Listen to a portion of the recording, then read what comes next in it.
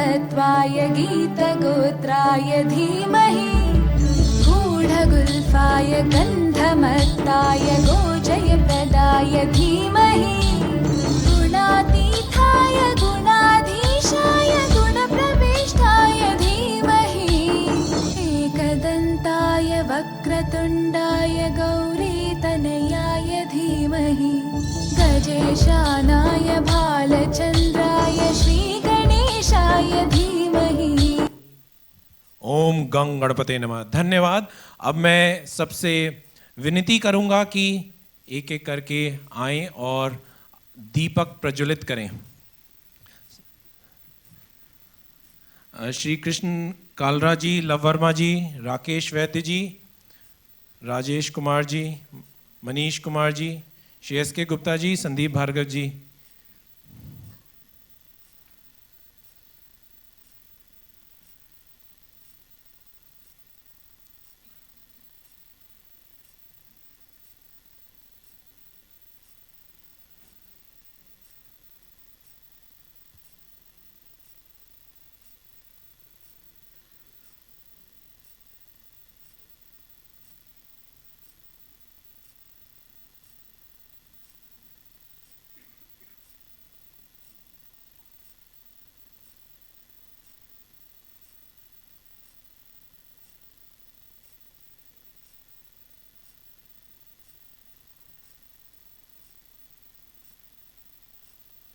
दीपिका जी सारी व्यवस्था करते हुए,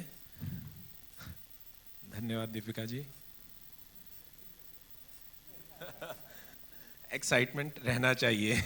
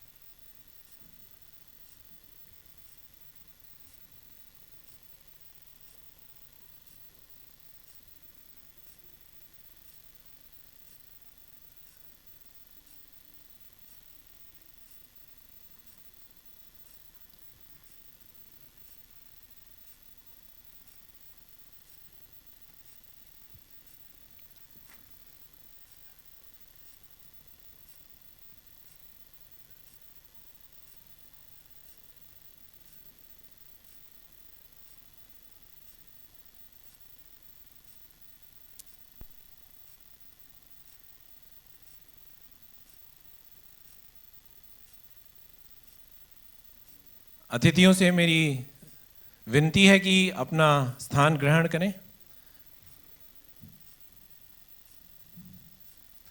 और ईश्वर से मेरी ये कामना है कि जैसे ये दीपक प्रज्वलित हो रहे हैं उसी प्रकार आप लोग भी अपनी अंदर की जो ऊर्जा और अपने अंदर की जो शक्ति है और जो आपका दीपक है उससे सारे विश्व को प्रज्वलित करें, अपने कुटुंब को प्रज्वलित करें।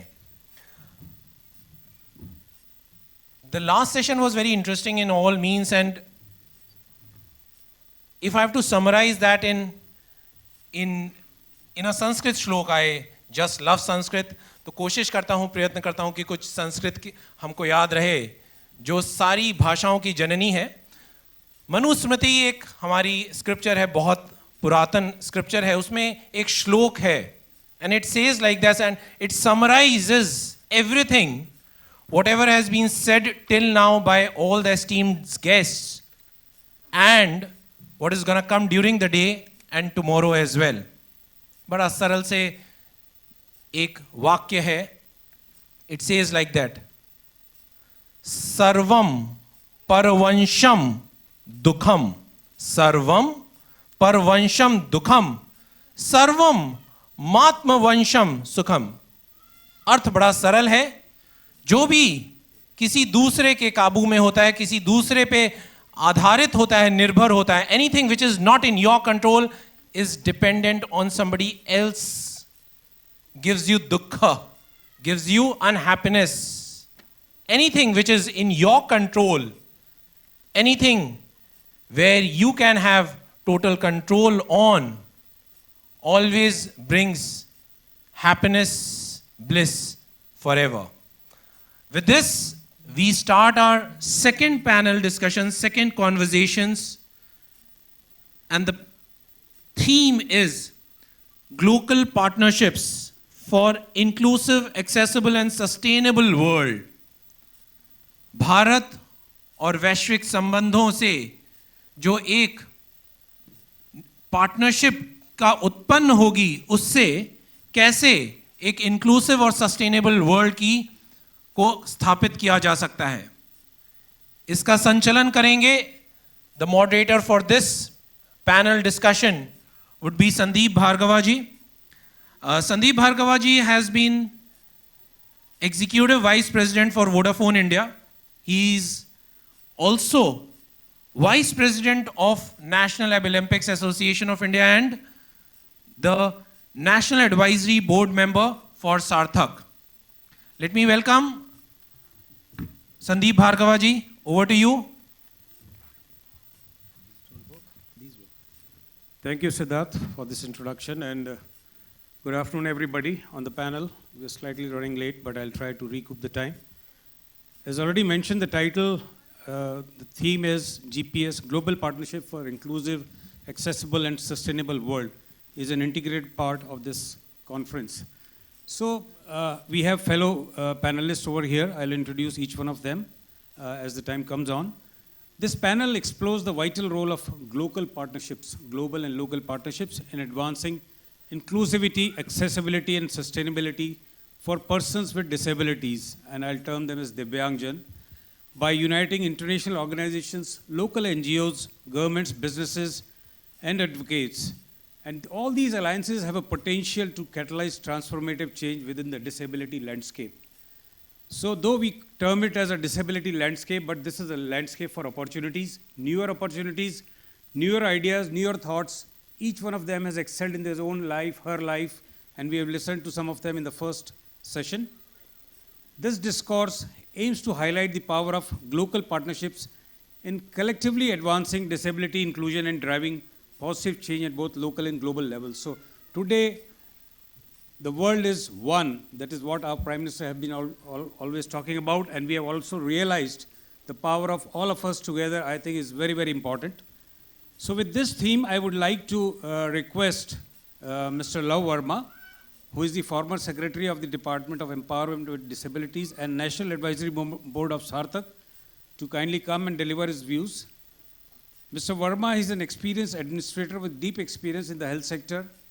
He retired as a Union Secretary for the Empowerment of People with Disabilities and also held the position of the Union Health Secretary to the Government of India. Mr. Love Verma, please.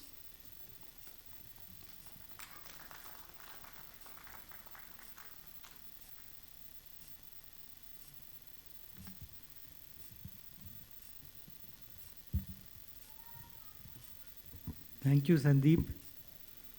Dignitaries on the dais, Mr. Rajesh Agarwal, Secretary, Empowerment of Persons with Disabilities, Divyangjan, Mr. Krishan Kalra ji, Dr. Jitendra Agarwal ji, Mr. Rakesh Vaid ji, Mr. Manish Kumar ji, and Mr. Sandeep Bhargav. First of all, I would like to congratulate Sarthak Educational Trust because they've got into double figures now. This is the 10th National Conference on Disability. So let us give them a big hand. Hitting double figures is always, I think, something to look forward to. And they've done it.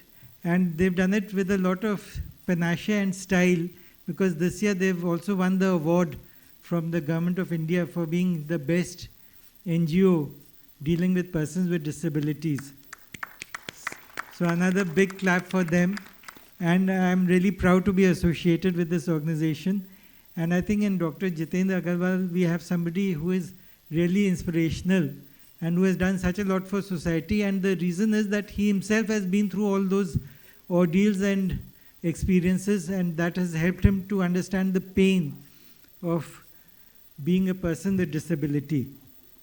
So now let me just briefly touch on the many steps which have been taken by the government of the day, and then I will talk about the global partnerships for a sustainable and inclusive world, which is the topic which we have all been given. Well, the first big, I think, step which was taken by the Honorable Prime Minister when he declared that these are Divyangjan. He gave them some dignity and a touch of divinity. So far we were talking about people who were handicapped and so on, but he said, no, let us change our mindset. These are Divyangjan. They are people who have been blessed by the divinities themselves, by the gods themselves. And then a separate department, that was done by the previous government, a separate department has been established within the Ministry of Social Justice and Empowerment. And I'm proud to say I was the second secretary of that department, the first being my batchmate, Ms. Stuti Kakkar. And this separate department now it's a platform for addressing all the problems and all the challenges with people with disabilities face. And I'm very proud to find Mr. Rajesh Agarwal amidst us, because he's carrying the torch forward, and there will be a couple of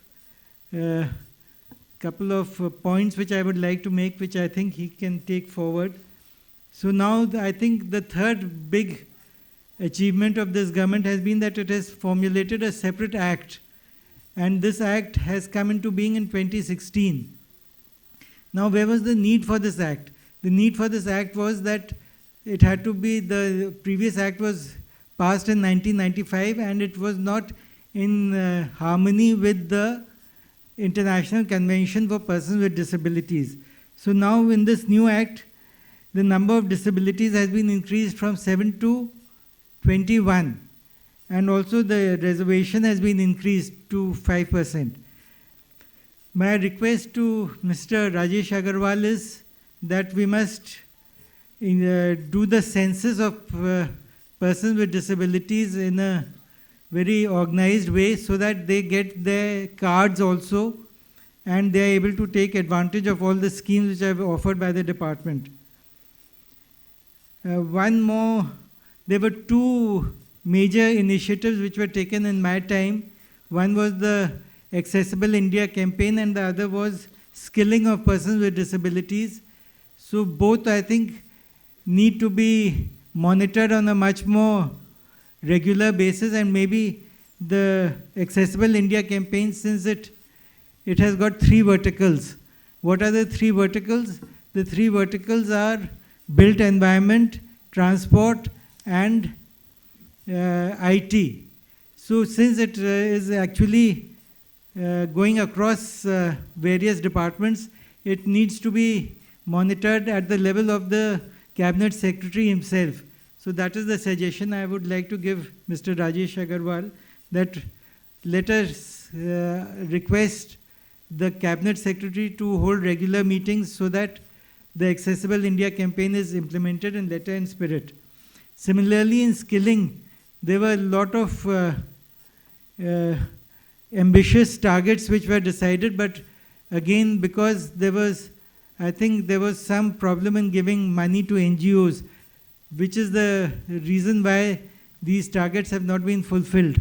So it is very important that NGOs and those organizations like Sarthak which are working in this field, they are associated with the government programs so that we are able to skill persons with disabilities to the utmost.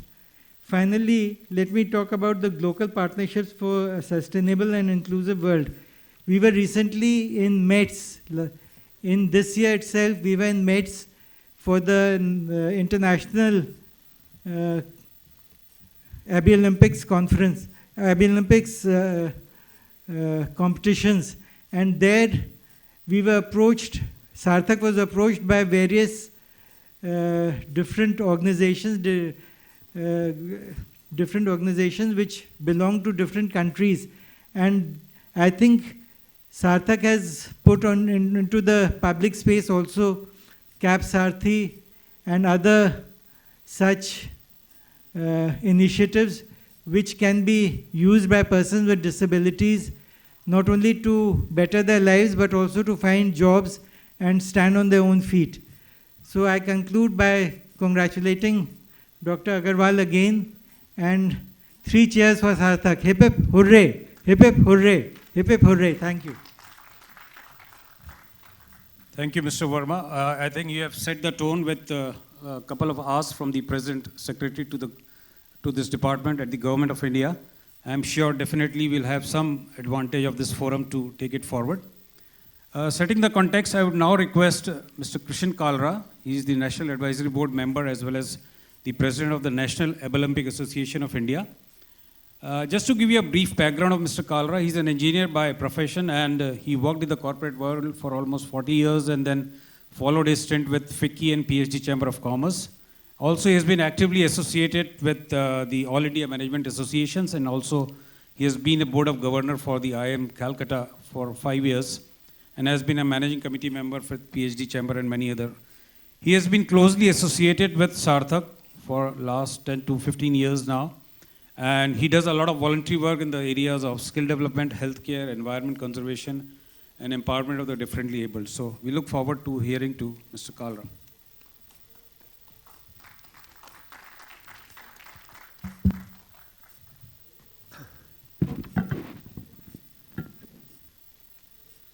Thank you very much, Sandeep.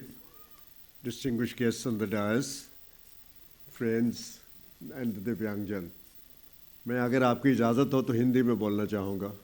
मेरे से ज़्यादा लोग शायद उसको समझ सकेंगे। हालांकि मेरी हिंदी इतनी अच्छी नहीं है, लेकिन फिर भी कोशिश करूँगा कि पूरा उसको। मेरे मन में जो सबसे बड़ी प्रॉब्लम तो नहीं कहना चाहिए, जो सबसे बड़ा इश्यू है दिव्यांगजन के बारे में, वो है जो डायमेंशंस हैं इस प्रॉब्लम की। हम इस चीज़ को कई बार भूल जाते हैं कि कितने दिव्यांगजन भारत देश में हैं। 2011 में सरकार ने सेंसस किया था और उनकी फिगर निकली कि 28 मिलियन है, 2.8 करोड़।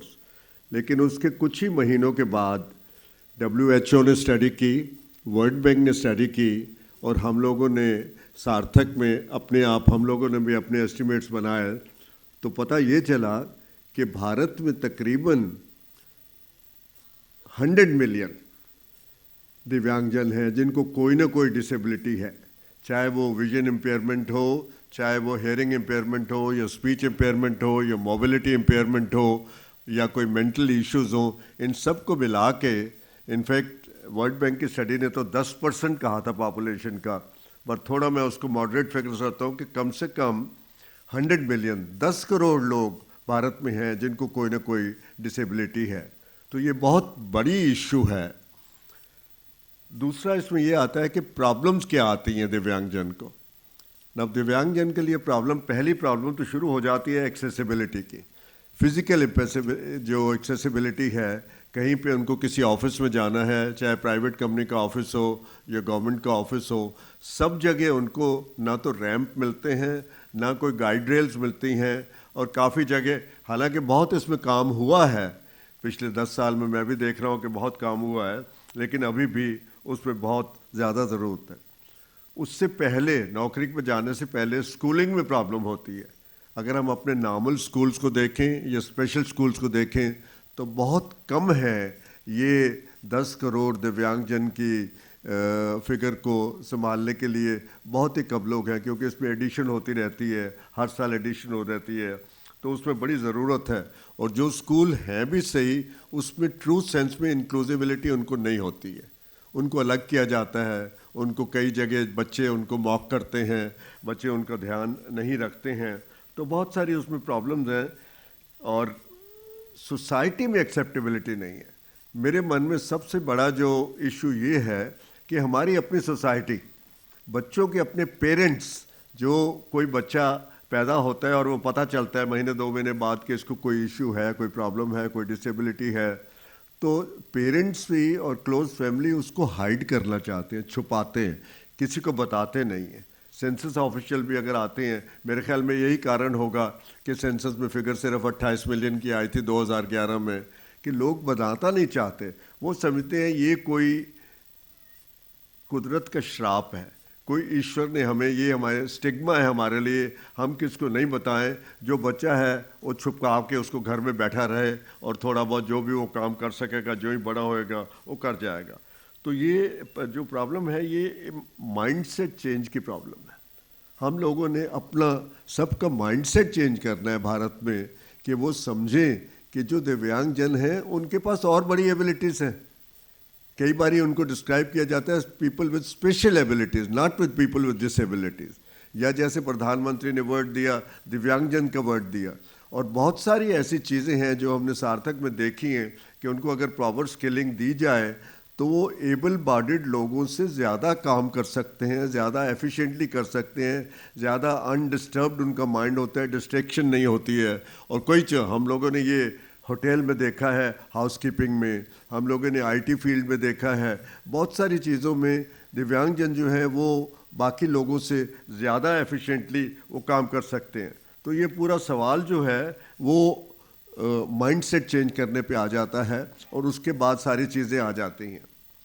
गवर्नमेंट ने बहुत कुछ किया है, जो मैंने भी देखा है पिछले 10-12 साल में, जब से मैं सार्थक से जुड़ा हूँ, कि गवर्नमेंट ने बहुत इसमें काम किया है, लेकिन अभी भी ज़रूरत और बहुत ज़्यादा है। सार्थक ने बहुत काम किया है। अगर हम डॉक्टर जितेंद्र अग्रवाल की अपनी लाइफ जर्नी देखें, जो इंसान 29 साल की उम्र में प्रैक्टिसिंग डेंटिस्ट होते हुए अपनी आईसाइट खो बैठा, और उसने पहले 4 साल तो बड़े धक्के खाए। उसको उसकी फैमिली ने भी कहा कि हरियाणा में दुकान थी, वहाँ पे आके बैठ जाओ दुकान पे, ठीक है कोई बात नहीं, खाने पीने का होता रहेगा। लेकिन ये इंसान डिफरेंट तरह का इंसान है। इसने सोचा कि नहीं, मैंने तो इंडिपेंडेंट होना ही है। तो वो 4 साल में जो इसने दर दर पे गया और ये सीखा कि दिव्यांगजन के लिए काफ़ी मुश्किलें हैं, मैं तो उनके लिए कुछ करना चाहता हूँ। तो इस तरीके से 2008 में सार्थक का जन्म हुआ, और पिछले 15 साल में सार्थक ने बहुत कुछ किया है, जो वो खुद आई थिंक अपनी प्रेजेंटेशन में डॉक्टर अग्रवाल आपको बताएंगे। लेकिन जैसे मैंने पहले कहा, भारत में ज़रूरत है 1000 और जितेंद्र अग्रवाल की। अगर हमने पूरे हर दिव्यांगजन की लाइफ को टच करना है तो ज़रूरत है कि उसको हम 1000 गुना उस एफर्ट को बढ़ाएं। कॉर्पोरेट्स के लिए बड़ा ज़रूरी है कि वो इन्वॉल्व होएं। कॉर्पोरेट्स अभी भी बहुत कर रहे हैं, पैसा वैसा हमें जेनरसली मिलता है कॉर्पोरेट से, हमारी सारी एक्टिविटीज़ स्पॉन्सर होती हैं कॉर्पोरेट से ही होती हैं, बहुत सारे हमारे जेनरस एसोसिएट्स हैं। लेकिन मैं ये कहूँगा कि corporates they should come down, they should go beyond just giving funds, they have to get actually involve. It's a management issue, they have to get involve in solving the problem, कि कैसे ये इस issue को जो है inclusivity में लाया जाए और उनको बराबर एक लेवल प्लेइंग ग्राउंड मिले। इससे अलावा मैं और हाँ, फाइनली रोल आता है मीडिया का। मीडिया बहुत बड़ा इसमें रोल प्ले कर सकता है, क्योंकि हमने अभी रिसेंटली देखा कि मीडिया ने जो रिकग्निशन मिली सार्थक को रिसेंटली मार्च में, जैसे वर्मा जी ने बताया, पेरिस में जाके हमारी टीम ने वहाँ पे 7 मेडल लेके आए हैं। टफ कंपटीशन में, छोटी सी टीम थी, 13 लोगों की टीम थी, और साथ में वो लेके आए। उसको रिकग्निशन को काफ़ी मीडिया ने, विजुअल मीडिया ने भी और प्रिंट मीडिया ने भी किया। और दूसरा, अभी ये जो 4-5 दिन पहले 3 दिसंबर को एक हमें नेशनल अवार्ड सार्थक को मिला, उसको भी मीडिया ने किया ना। उससे फ़ायदा ये हुआ है कि मैं देखता हूँ कि सडनली अब इंटरेस्ट जो है पब्लिक में और कंपनीज में, फाइनेंशियल सेक्टर में काफ़ी उससे इंटरेस्ट बढ़ गया है, और काफ़ी लोग आ रहे हैं, पूछ रहे हैं कि हम क्या कर सकते हैं। तो इतना ही मैं तो इस बारे में कहना चाहता हूँ। आप सबका धन्यवाद करता हूँ कि आप सुबह आए हैं यहाँ पे, और मेरी बेस्ट विशेज़ है कि कॉन्फ्रेंस अच्छी चले, पूरा 2 दिन चले। Thank you. Thank you Kalra ji for your kind words. मैं भी अपनी भाषा को स्विच करते हुए हिंदी में कुछ सार्थक के बारे में बोलूँगा। 15 साल की ये जर्नी बहुत अच्छी रही है। शुरुआत में तो बहुत लगता था दिक्कतें आएंगी होगा, लेकिन जो डॉक्टर अग्रवाल का डिटर्मिनेशन रहा है इसके लिए वो बहुत ही प्रेरणादायक रहा है सबके लिए, सोसाइटी के लिए। और जो जो हमने अचीव किया है पिछले 15 सालों में वो बहुत ही सराहनीय है।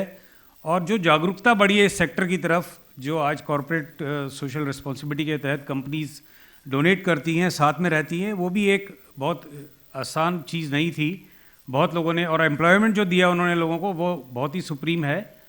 कई बाधा भी आई हमें इसके अंदर, जिसका कि सार्थक ने कदम कदम पे उनका साथ दिया, पीयर्स को एजुकेट किया। जो एम्प्लॉयमेंट में चले जाते हैं वो उनकी हिम्मत नहीं होती दोबारा काम करने की और ज़्यादा दिन काम करने की, वो वहाँ से भागते हैं। तो वो सब सार्थक ने एक तरह से हैंड होल्डिंग किया, हर तरह से जो टीम्स बनी रही हमारी पिछले 15 सालों में हैंड होल्डिंग की, तो आज इस मुकाम पे पहुँचे हैं। जबकि करीब 35,000 एडल्ट्स को, if I am not wrong on the numbers, नौकरी दिला चुके पूरे हिंदुस्तान में, और करीब 25 से 27 सेंटर्स हैं हमारे अपार्ट फ्रॉम दिल्ली।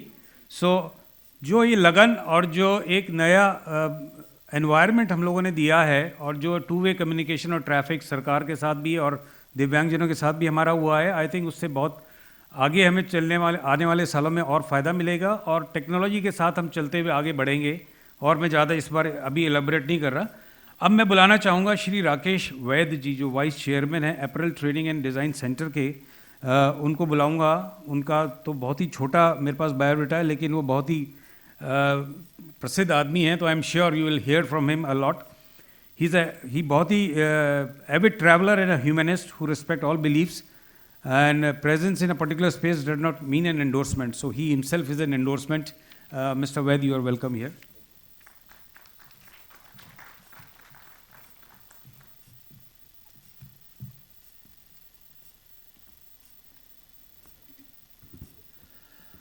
आप सबको मेरा प्यार भरा नमस्कार।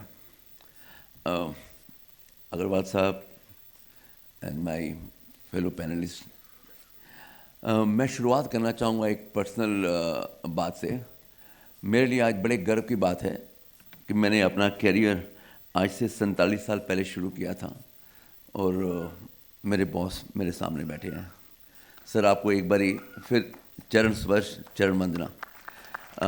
काला साहब is one of my mentor, और ये 47 ईयर्स के बाद मुझे ये सौभाग्य मिला कि मैं इनके दर्शन हुए, इनके चरण छुए। बहुत बहुत शुक्रिया सर आपकी ब्लेसिंग का।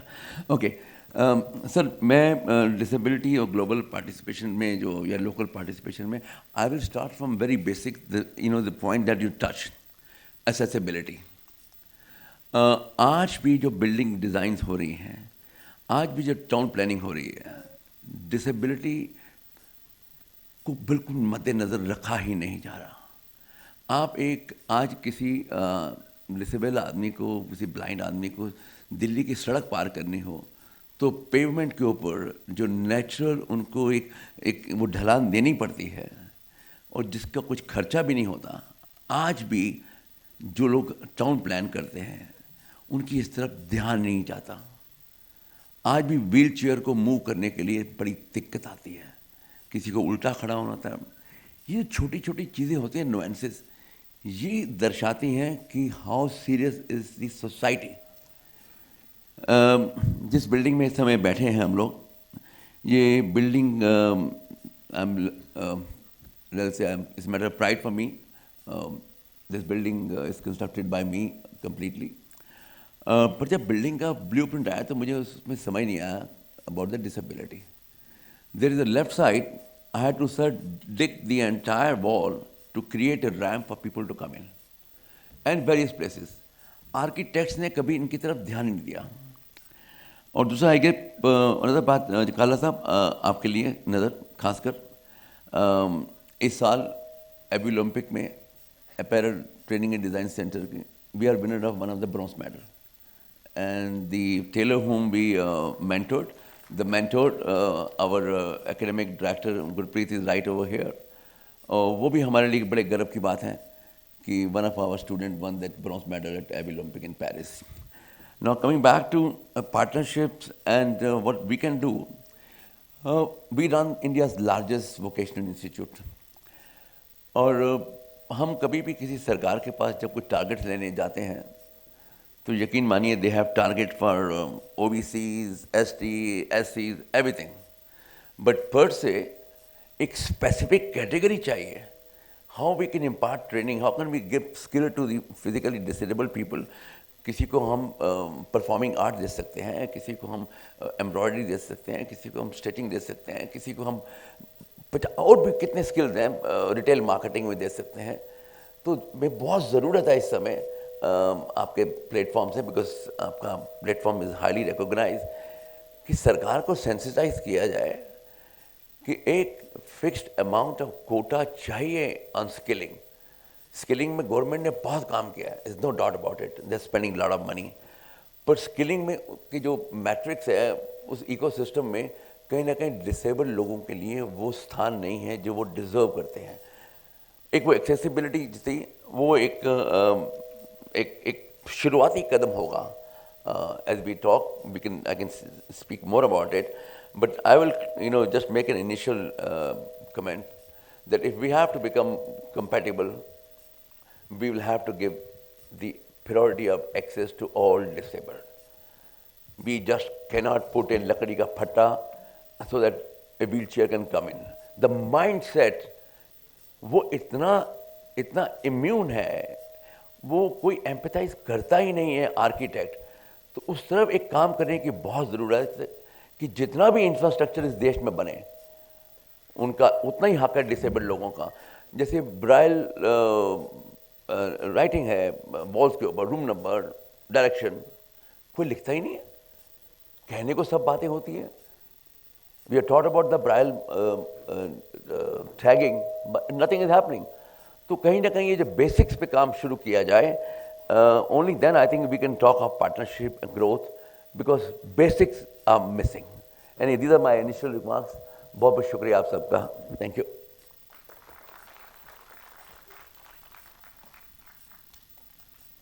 Thank you, Mr. Ved. I think the most important aspect in today's world is our own mindset, where we are missing a lot. आपने कल परसों मीडिया में पढ़ा होगा कि एक 78 साल के बुजुर्ग को जीके में एक कार वाले ने एक्सीडेंट में मार दिया. तो डिसेबिलिटी उन सज्जन की नहीं थी जो बेचारे पेवमेंट पे या साइड में वॉक कर रहे थे, लेकिन उस बंदे की थी जिसको कि कुछ दिखाई नहीं दिया. सो वॉट एवर में बी रीज़न, लेकिन हमारे अपने अंदर से ही जब तक डिसेबिलिटी की चीज़ें हटेंगी नहीं, जागरूकता नहीं आएगी और हम सब चीज़ को ऐसे ही लेंगे, आई थिंक हमें बहुत आगे जाना है. ये तो अपॉर्चुनिस्ट हैं जो 10 करोड़ या 20 करोड़ लोग हैं हमारे साथ. उनकी जो आप एबिलिटीज़ अगर आप देखेंगे, कुछ शो बाहर भी दिखेगा आपको और वैसे भी हमारे यहाँ देखते हैं, दे आर पार एक्सीलेंस. हम कुछ साल पहले दुबई में एक एग्जीबिशन में गए थे, अबू धाबी में. वहाँ के नंबर 2 मिनिस्टर जो आए थे, इंटीरियर मिनिस्टर, वहाँ आए तो हमारे साथ ही एक चंडीगढ़ के स्टूडेंट रहा है, वो गया था. तो वो स्केचेस बनाता था. तो ही वॉज सो इम्प्रेस्ड. उन्होंने कहा आप मेरा स्केच बनाओ. तो वहीं की वहीं उसने 10 मिनट में उनका स्केच बना के उनको दिया. And I think he donated a lot for his cause as well. So इस तरह के कलाकार हमारे यहाँ मौजूद हैं जो अपने हर समय हर स्किल को अपनी आगे दिखाते हैं. जहाँ तक वैद जी ने बोला ब्रेल का, ये बहुत इंपॉर्टेंट पॉइंट है. मैंने अभी तक इतनी कंपनीज देखी है. गुड़गांव में एक कंपनी है यहीं SEZ एरिया में, और उनके हर रूम के बाहर ब्रेल में भी उनका रूम का नाम और वो बंदे का नाम लिखा हुआ है. यूनाइटेड हेल्थ ग्रुप की एक company, Optum technologies, and they're very well designed that building for accessible people. So I think that वो और होना चाहिए corporate में, और ये एक example है, but that should happen more. So moving this, I would like to invite Mr. Manish Kumar. He is a former CEO for National Skill Development Corporation, and currently he is an advisor with the World Bank, a senior consultant at the World Bank. He has an extensive and professional experience to provide strategic guidance and technical support on public-private partnerships, skill development and economic development projects, not only in India but across the globe. He has a master's in public administration and a degree from the Harvard Kennedy School, and a doctorate in institutional and regulatory economics of public-private partnerships from the George Washington University. And also, all this has been loaded with the basic engineering degree from the IIT ISM Dhanbad in India.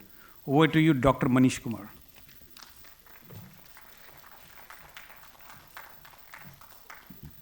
Thank you very much.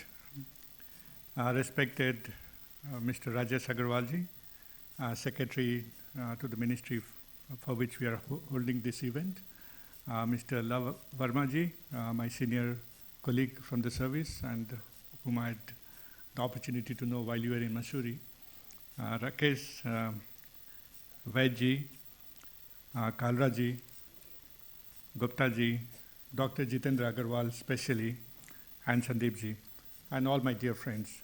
It's a great pleasure to be talking about this very important subject on how do we enhance inclusiveness through a local, global kind of context. So it's both global as well as local. So how do you merge these two on a subject which is quite complex and is quite an important issue to reflect on. There are three things which I would like to emphasize. Firstly, we have a fortune of having somebody who has worked on IT enablements as a secretary to the ministry, which deals with persons with disability. Rajesh Agarwal ji has done commendable job in the past in UIDI, as well as many other IT enablement in his state also, as well as at national level. Now we have something new which is coming up globally, and many of you would have heard it. It's called the generative artificial intelligence. And there is a huge scope to use this generative artificial intelligence to the context of persons with disability or differently able persons. How do you empower them? It's based on large language models which are trained. And if you reflect on it carefully, while today we have many products that's coming out since last November 2022, the products for persons with disability is also increasing. So for example, we have a lady who is using hand signs. There are now apps like VSign and Sign All, which can actually create avatars that even while I speak, actually creates hand signs and makes life much easier. And it can convert hand signs into English language, or could, on real time, convert that into any language that you want. So that's a very powerful tool to be using. And I'm just giving one example of its use. There are many, many examples across the world now on how different institutions are trying to adapt this new technology for the purpose of persons with disability. I'm particularly emphatic on this particular technology because just like internet in 1990s was a general purpose technology. General purpose technologies are those which, when it starts, actually changes the way civilization interacts. So this generative AI is also supposed to be a general purpose technology. From here, and as per the reports of Goldman Sachs, by 2045, the manner in which the world interacts will actually change. And the same way from 1990 onwards, and those of us who have lived pre-internet know what I mean, pre-internet, how we communicated, and post-internet, how we communicate is like two different worlds. And this is a change which is coming in, and it's very, very important that right up front, just when we are entering that stage, we begin to take advantage of it and convert that to our needs. And for differently abled, it's going to make a huge impact because the productivity, which is what it changes, would multiply many folds. And that's something which we need to, I think, look at deeply. The second thing which I would request Sarthak also to consider, given that we heard of young people asking about jobs, is the connection that one could make with global database like ONIT. ONIT is a global database of jobs across the world. There are 52,000 different job roles across the world. Now, there could be hundreds of attributes which are needed for doing that job. For each of them, some of them will apply, for others, some will not apply. Now, an individual, whether he or she is suitable for a particular job or a range of jobs, can often be very accurately predicted if you had a psychometric tool linked to this ONIT database. So making this kind of connect, which is very simple given the technical capacity Indians have and have shown globally, to make or create insights which could be useful for youth, including youth who are looking for jobs and are differently abled and therefore are aware of their lack but are not aware of their strength. There are strengths that they have which they are not aware of. And those strengths actually can relate to jobs out there. So for simple example, if somebody is in the autistic range of disorder, he or she could be excellent for medical transcripts, a medical transcript technician. That's a kind of job which actually is highly paid. A lot of this can be done remotely and is good for people who have a certain spectrum of disorder. And therefore, there are many others, like visually impaired people could actually be excellent broadcasters. So I think giving that kind of insights to parents as well as to children is really going to help them. And that's the second thing which I wanted to emphasize. The last thing is the potential for entrepreneurship. I personally have a friend, a family friend, who has been differently abled from very early. We know him for almost 30, 40 years. And though initially, as is the general societal kind of thinking, that many people felt that he perhaps may not do as well, actually today he is one of the best performing among all of us. He turned out to be an entrepreneur, and his entrepreneurial ability is so phenomenal that he was awarded by his university, LIT in Nagpur, as the jewel of LIT. So he was specially awarded that, as somebody who is exceptionally talented. And it's very important that we create that avenue, because while there could be limitations that disability brings, there would be strengths.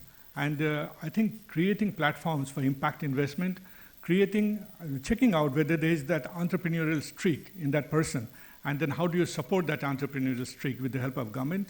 Government has many programs, plus institutions like Sarthak, which does phenomenal job in India, and I've actually worked very closely with them, so I'm aware the level to which they go to make things happen. So this is the third thing, where creating impact funds which are targeted straight away towards persons with different ability and seeing whether they can actually scale up their business is the third thing which we should reflect on in today's world. I'm very thankful to Sarthak for inviting me. I've been associated with them for quite some time. I know their job quite deeply. And they are very, very inspiring when you look at things that they've accomplished. And hats off to all of you. Thank you very much.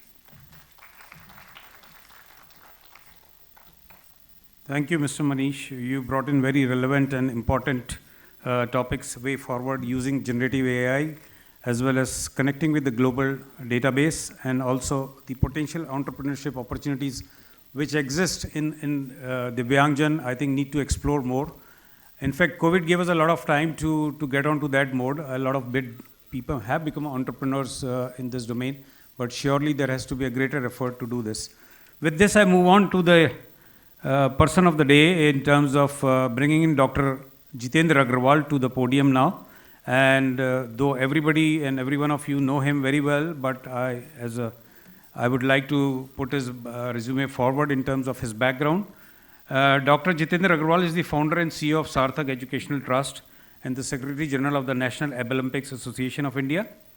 Dr. Agarwal is a dentist by profession and the founder and CEO of Sarthak Educational Trust. He unfortunately had to stop his practice as a dental surgeon in the year 2004. In 2004, he lost his vision due to macular degeneration of the retina. In 2008, Dr. Agarwal decided to start his own organization that focused on helping people with disabilities to become independent and learn new skills. He started his first Sarthak Center in Delhi, which provided training to visually impaired candidates and helped them get employed in the field of medical transcription. Now, a small anecdote which I repeat in most of the conferences. I got to know him in 2008 while I was working for Nokia. He reached out to me to conduct a football match. आप मेरे पास आए कि एक दिव्यांगजनों का football match करना है. मैंने कहा डॉक्टर साहब ये तो कोई मज़ा नहीं आएगा, 2 घंटे मैच के बाद वो सब भूल जाएंगे. तो आप कुछ सोचिए. 7 दिन का समय हमने आपस में लिया. 7 दिन बाद आए, बोले आपने कुछ सोचा? मैंने कहा मैंने तो बहुत सोचा, आप बताओ आपने क्या सोचा? तो बोले नहीं हम तो समझ नहीं पा रहे कि एक टेक्नोलॉजी कंपनी नोकिया के साथ हम क्या करेंगे. तो मैंने एक थॉट दिया उनको which was the starter of this. मैंने कहा हमारे इंजीनियर टेक्नीशियंस फील्ड में जाते हैं, BTS इंस्टॉल करते हैं टावर पे, लेकिन हमें 10-10 दिन तक डेटा नहीं देते हैं. तो क्यों नहीं आपके लोग जो ऑफिस में बैठाओ आप, मेरे इंजीनियर उनको डेटा देगा फ़ोन पर वहाँ से फील्ड से, और they are very good at typing. दिव्यांगजन की टाइपिंग अगर आप देख लें तो आप नॉर्मल अभी भूल जाएगा. तो डेटा फ़ोन पे उनको सुनाते थे एक पर्टिकुलर फॉर्मेट में, एक्सेल शीट में इनको वो फिल करते थे और नोकिया के मेन स्ट्रीम सिस्टम में हम उसको कर देते. उसके लिए हमने ऑलमोस्ट 3 साल हमने फंड्स दिए नोकिया से, substantial funds, to create a computers, to bring in devices, to do everything.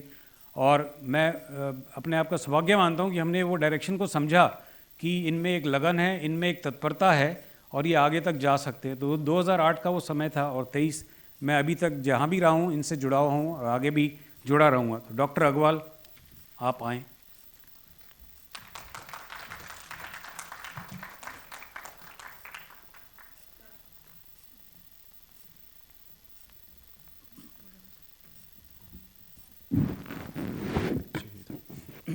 नमस्कार दोस्तों, नमस्कार आप सबको मेरा। आई थिंक जो हमारे दिव्यांगजन हैं, मैं उनसे निवेदन करूंगा कि आप सुनिए, जो इतने हमारे साथ 3 बड़े भारत सरकार के ब्यूरोक्रेट्स हैं, इतने सीनियर लोग हैं, आप बेटा समझिए कि क्यों वो आए हैं यहाँ पे ना।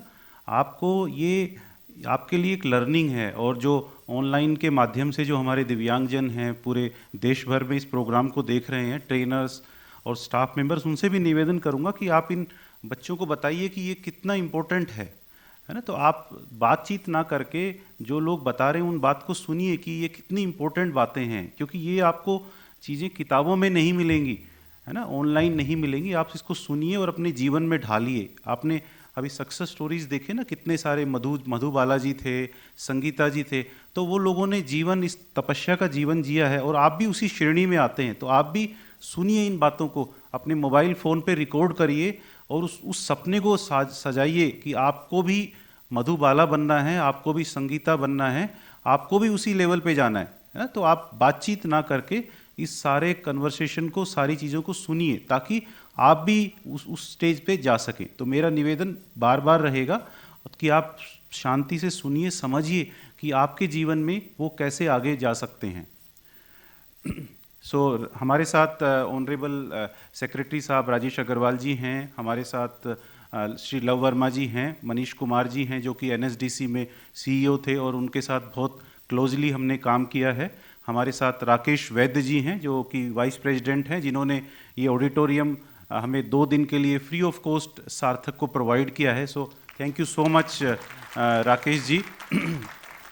एक्चुअली सार्थक का ये सौभाग्य रहा है कि हम जहाँ पे भी जाते हैं हमें इस तरह की फैसिलिटी ईश्वर कृपा से मिल जाती है और फ्री ऑफ कॉस्ट मिल जाती है। वो भी एक बड़ी कृपा है ईश्वर की। AICT में हम पूनिया जी वाइस चेयरमैन होते थे तो वहाँ कर लेते थे। तो सर हम लोग गुड़गांव में आ गए, अब ये ऑडिटोरियम हर साल आपका यूज़ किया करेंगे, फ्री ऑफ कॉस्ट आपसे लिया करेंगे, ताकि हम अपना प्रोग्राम सुचारू रूप से चला सकें। हमारे साथ हमारे जो मेंटर हैं कृष्ण कालरा सर हैं, जो कि जैसे बताया राकेश जी ने, वो उन्होंने एम्प्लॉय किया था, तो हम तो उनके पोते पोतियों की तरह से हैं। तो Kalra sir thank you so much कि आप हैं तो एक जो है ना बड़े पेड़ के नीचे हम सब थोड़ा फल फूल पा रहे हैं। और हमारे मेंटर और अत्रिय सर आज नहीं है क्योंकि वो फिजिकली अनेबल थे आने के लिए, बट उनकी शुभकामनाएं हमारे साथ हैं। जैसे सिद्धार्थ जी ने और संदीप जी ने बताया कि ये 10वां नेशनल कॉन्फ्रेंस है और ईश्वर कृपा से हम हर साल इसको करते आ रहे हैं। पहला नेशनल कॉन्फ्रेंस हमारे जो लेट प्रेसिडेंट थे doctor APJ Abdul Kalam sir, उन्होंने इनोग्रेट किया था, और वो तो हम सबके लिए इंस्पिरेशन है। अभी तक मेरे को याद है कि लास्ट में जब वो जा रहे थे गाड़ी में, हैंडशेक किया था उन्होंने। और आई थिंक उनके लायक अगर हम 1% भी बन जाएं तो बहुत बड़ा काम कर सकते हैं। And subsequently it was inaugurated by respective minister of the department and senior bureaucrats. But in 10 conferences में हमने क्या पाया, हमने क्या किया, तो 2016 में आई थिंक जब 2014 के कुछ 2-3 वर्षों के जो कंक्लूजन्स थे, तो जो rights of persons with disability bill pass हुआ लोकसभा में, एक्सेसिबल इंडिया कैंपेन आया, और जो वर्मा सर बात कर रहे थे, नेशनल एक्शन प्लान आया दिव्यांगजन को सशक्तिकरण करने के लिए। उसके बाद से थोड़ा डिपार्टमेंट में डीप आया 2017 से 22 तक, बट हमारे पास अब हमारे जो ओनहार सेक्रेटरी साहब हैं राजेश जी, 2022 से जब इन्होंने टेक ओवर किया है तो डिपार्टमेंट वैसे ही तेज़ गति से दौड़ने लगा है। तो हम एक बार जोर से राजेश अग्रवाल जी के लिए ताली बजा सकते हैं, जोर से बजा सकते हैं। क्योंकि देखिए मैं उनसे भी शेयर करता हूँ कि जब वो आए हैं उसके बाद एक डिपार्टमेंट के पहिए लग गए हैं। जो वर्मा सर जो स्कीमें बता रही थी, वो जो बंद पड़ी थी, उन्होंने उसको स्टार्ट किया है। तो ये एक अच्छा, एक इस पूरे इकोसिस्टम के लिए, पूरे दिव्यांगजन कम्युनिटी के लिए एक अच्छा माहौल है, एक अच्छा मूवमेंट तैयार किया है उन्होंने। और हम ईश्वर से प्रार्थना करेंगे कि वो लंबे समय तक इस डिपार्टमेंट को सर्व करें, और जैसे हम लोग उनके सानिध्य में और सब मिलजुल के, क्योंकि इस सेक्टर में जो NGOs हैं, जो संस्थाएं हैं, वो बड़ी पैशनेट हैं। आप देखेंगे कि जितने भी संस्थाएं हैं, अनेबल इंडिया हो, चाहे यूथ फॉर जो वो कोई भी संस्था है, वो बहुत पैशनेट है, क्योंकि कोई परिवार में दिव्यांग था, बट एक इस तरह के सेक्रेटरी साहब होते हैं तो उनको भी मोटिवेशन आता है और लोग मिलके सरकार के साथ काम करते हैं। तो मेरा निवेदन रहेगा उनके से भी और पूरे डिपार्टमेंट के कि सारी अभी I think the whole ecosystem is motivated now and I think everybody is with aligned with the department. And जैसे वो उन्होंने एक PM दक्ष पोर्टल स्टार्ट किया दिव्यांगजनों को रोजगार देने का, तो उसमें सभी संस्थाएं मिलके उनके साथ जियो ट्रैकिंग के माध्यम से रोजगार देने में जुट गई हैं। तो जैसे आई थिंक एक अच्छा माहौल तैयार हुआ है और हम उम्मीद रखेंगे कि ये चीज़ हम कंटिन्यू करें। जैसे स्टार्टिंग में बताया कि हम रीजनल एबिलम्पिक्स भी इस प्रोग्राम के साथ हो रहा है, तो जो दिव्यांगजन ऑनलाइन के माध्यम से इसको सुन रहे हैं तो उनसे निवेदन है कि वो इसमें पार्टिसिपेट करें। ये अभी जैसे 2023 में जो इंटरनेशनल हुआ मैट्स में वो कंक्लूड हो गया है, अब नई 4 साल की साइकिल स्टार्ट हुई है और 4 साल की साइकिल में अब पहला इवेंट अब नॉर्थ जोन का आज चल रहा है GRC के अंदर, और उसमें जो है नॉर्थ से बच्चे आए हैं, बट अभी भी जो एक जुनून है, एक उस तरह का अभी नहीं, मोमेंटम नहीं है उसके अंदर। तो मेरा निवेदन पेरेंट्स और दिव्यांगजन जो गांव-गांव में हैं, जो बच्चे कढ़ाई बुनाई कर लेते हैं, स्टिचिंग टेलरिंग करते हैं, वो सारे ट्रेड हैं उसके अंदर, IT के भी ट्रेड है, बट जो गांव के ट्रेड भी हैं, या मतलब गांव में जो बच्चे कर लेते, तो मेरा निवेदन है कि आप लोग उसमें पार्टिसिपेट करिए। क्योंकि जैसे ATDC के जो राकेश जी ने बताया कि उनकी टीम भी पूरी तरह से इसकी ट्रेनिंग में लगी हुई है, लेडी इरविन कॉलेज के प्रोफेसर्स भी लगे हुए, तो बहुत लोग इन्वॉल्व हैं। बट आपको दिव्यांगजनों को अब इसमें इन्वॉल्व होना है, ताकि जो फ़ायदा मिले आपको, ताकि आप भी अभी अगला जो फिनलैंड में आप भी जाएं, आपको भी प्रोत्साहन मिले, आपको भी पुरस्कार मिले और जीवन में अलग सोच डेवलप हो। तो मेरा निवेदन सभी दिव्यांगजनों से रहेगा कि आप इसमें पार्टिसिपेट किए। और अगला इवेंट वेस्ट जोन का गोवा में रहेगा, जो कि 10 से 13 जनवरी को है, अगले महीने है, जो कि डिपार्टमेंट के माध्यम से इंटरनेशनल पर्पल फेस्टिवल जो हो रहा है उसमें तो मेरा वेस्ट जोन के भी साथियों से, दिव्यांगजनों से रहेगा, पेरेंट्स से, कि आप भी उसमें बढ़ चढ़ कर पार्टिसिपेट करिए। और जो डिपार्टमेंट का रोल है, अभी जैसे department is sponsoring this event, जो रीजनल एबिलम्पिक्स है, ये कॉन्फ्रेंस है, इंटरनेशनल पर्पल, तो जैसे मैंने बताया कि डिपार्टमेंट बहुत तेज़ गति से दौड़ने लग गया है। डिपार्टमेंट खुले दिल से ये सब प्रोग्राम्स को स्पॉन्सर कर रहा है, बट अब इसमें जिम्मेदारी आप लोगों की है कि आपको इसमें बढ़ चढ़ कर पार्टिसिपेट करना है, बढ़ चढ़ कर आगे लेके जाना है। तीसरा जो कार्यक्रम इस पूरे कॉन्फ्रेंस के साथ चल रहा है, वो टेक फॉर गुड चल रहा है। देखिए, अभी हमने जो हमारे साथी हैं राहुल गुप्ता जी, उन्होंने एक वैल्यूएबल बनाया कि हम दिव्यांगजनों को कैसे उनके लायक टेक्नोलॉजी दे सकें, और फिर पिछले 6 महीनों से रिसर्च कर रहे हैं कि हमारे यहाँ जो टेक्नोलॉजी वो कितनी यूजफुल है। अभी आप देखेंगे कि हर ब्लाइंड आदमी के लिए 500 तरह की स्टिक बना दी गई है, बट कौन सी स्टिक यूजफुल है नहीं मालूम, क्योंकि हमारे जो IIT के जो बच्चे हैं बड़े टैलेंटेड हैं, बट उनको भी तो कुछ लोग मार्गदर्शक चाहिए जो बता सकें कि क्या ज़रूरत है, सेरेब्रल पैल्सी के बच्चे को क्या टेक्नोलॉजी चाहिए, ऑटिस्टिक बच्चे को क्या टेक्नोलॉजी चाहिए। जैसे मनीष सर ने बताया कि अभी इस तरह की चीज़ें आ गई हैं, तो उसको to align that technology for the Indian market, for the Indian दिव्यांगजन, एंड स्पेशली गांव के भारतीय जो दिव्यांग हैं उनको अफोर्डेबल बनाने के लिए, उनके लिए यूज़फुल बनाने के लिए ये एक एग्जीबिशन है, और इसका सिक्वल जो है हमारा गोवा में रहेगा। और हम उसमें 3 तरह की चीज़ें कर रहे हैं, जो अभी टेक्नोलॉजी अवेलेबल है, और जो लोग सीड फंडिंग की बात कर रहे हैं, इंक्यूबेशन की बात कर रहे हैं, जो नया कुछ करना चाह रहे हैं, या एक प्रोडक्ट एक स्टेज पे आगे उसकी फंडिंग की बात करें, उन सब में हम लोग इन्वॉल्व होकर आगे उसको बढ़ाने की बात कर रहे हैं। तो मेरा निवेदन जो टेक्नोलॉजी कंपनियां बना रही हैं उनसे भी है कि आप इसमें पार्टिसिपेट कीजिए, अपना नॉमिनेशन कीजिए, लेकिन इन्वेस्टमेंट का जिम्मा राहुल जी ने उठा लिया है इसका, और आप बढ़ चढ़ कर पार्टिसिपेट कीजिए, ताकि हम लोग गांव के दिव्यांग के लिए टेक्नोलॉजी बना सके। क्योंकि अभी टेक्नोलॉजी गांव में नहीं पहुंची है, क्योंकि ये अभी बहुत कॉस्टली टेक्नोलॉजी है। तो हमें कैसे यूजफुल अफोर्डेबल टेक्नोलॉजी गांव के दिव्यांग के लिए बनानी है, उस तरफ कदम बढ़ाने हैं आगे। एक जैसे बताया कि इस चौथा कार्यक्रम इस पूरे 2 दिनों में एक ग्लोबल रिसोर्स सेंटर जो बनाया है हमने, उसका इनॉग्रेशन का है, जो कल भारत के उपराष्ट्रपति जी सुबह मॉर्निंग आवर्स में करेंगे। और उसका मकसद भी यही है कि हम उसमें जो सबसे ऊपर वाला फ्लोर है उसका मकसद है ग्लोबल एक्सेसिबिलिटी डेवलपमेंट सेंटर। हमने गूगल का जो डेवलपमेंट सेंटर देखा लंदन में जाके और कोशिश किया कि उसी तरह का सेंटर यहाँ बनाएं, तो वो ईश्वर कृपा से बन गया है। अब उसका मकसद भी यही रहेगा कि हम जो भी टेक्नोलॉजी है विश्व में वो डिस्प्ले पे रहे, जो नई टेक्नोलॉजी बने उसके लिए इंक्यूबेशन एक्सेलरेशन हो, और जो हमारे IITs हैं, रुड़की है, जैसे गौरव रहेजा जी हैं जो कि बड़ा काम कर रहे हैं एक्सेसिबिलिटी की, जो फिजिकल एक्सेसिबिलिटी की, उनके साथ दिल्ली IIT के साथ, चेन्नई IIT के साथ मिलके हम लोग ये सब चीज़ें वहाँ लेके आएँ।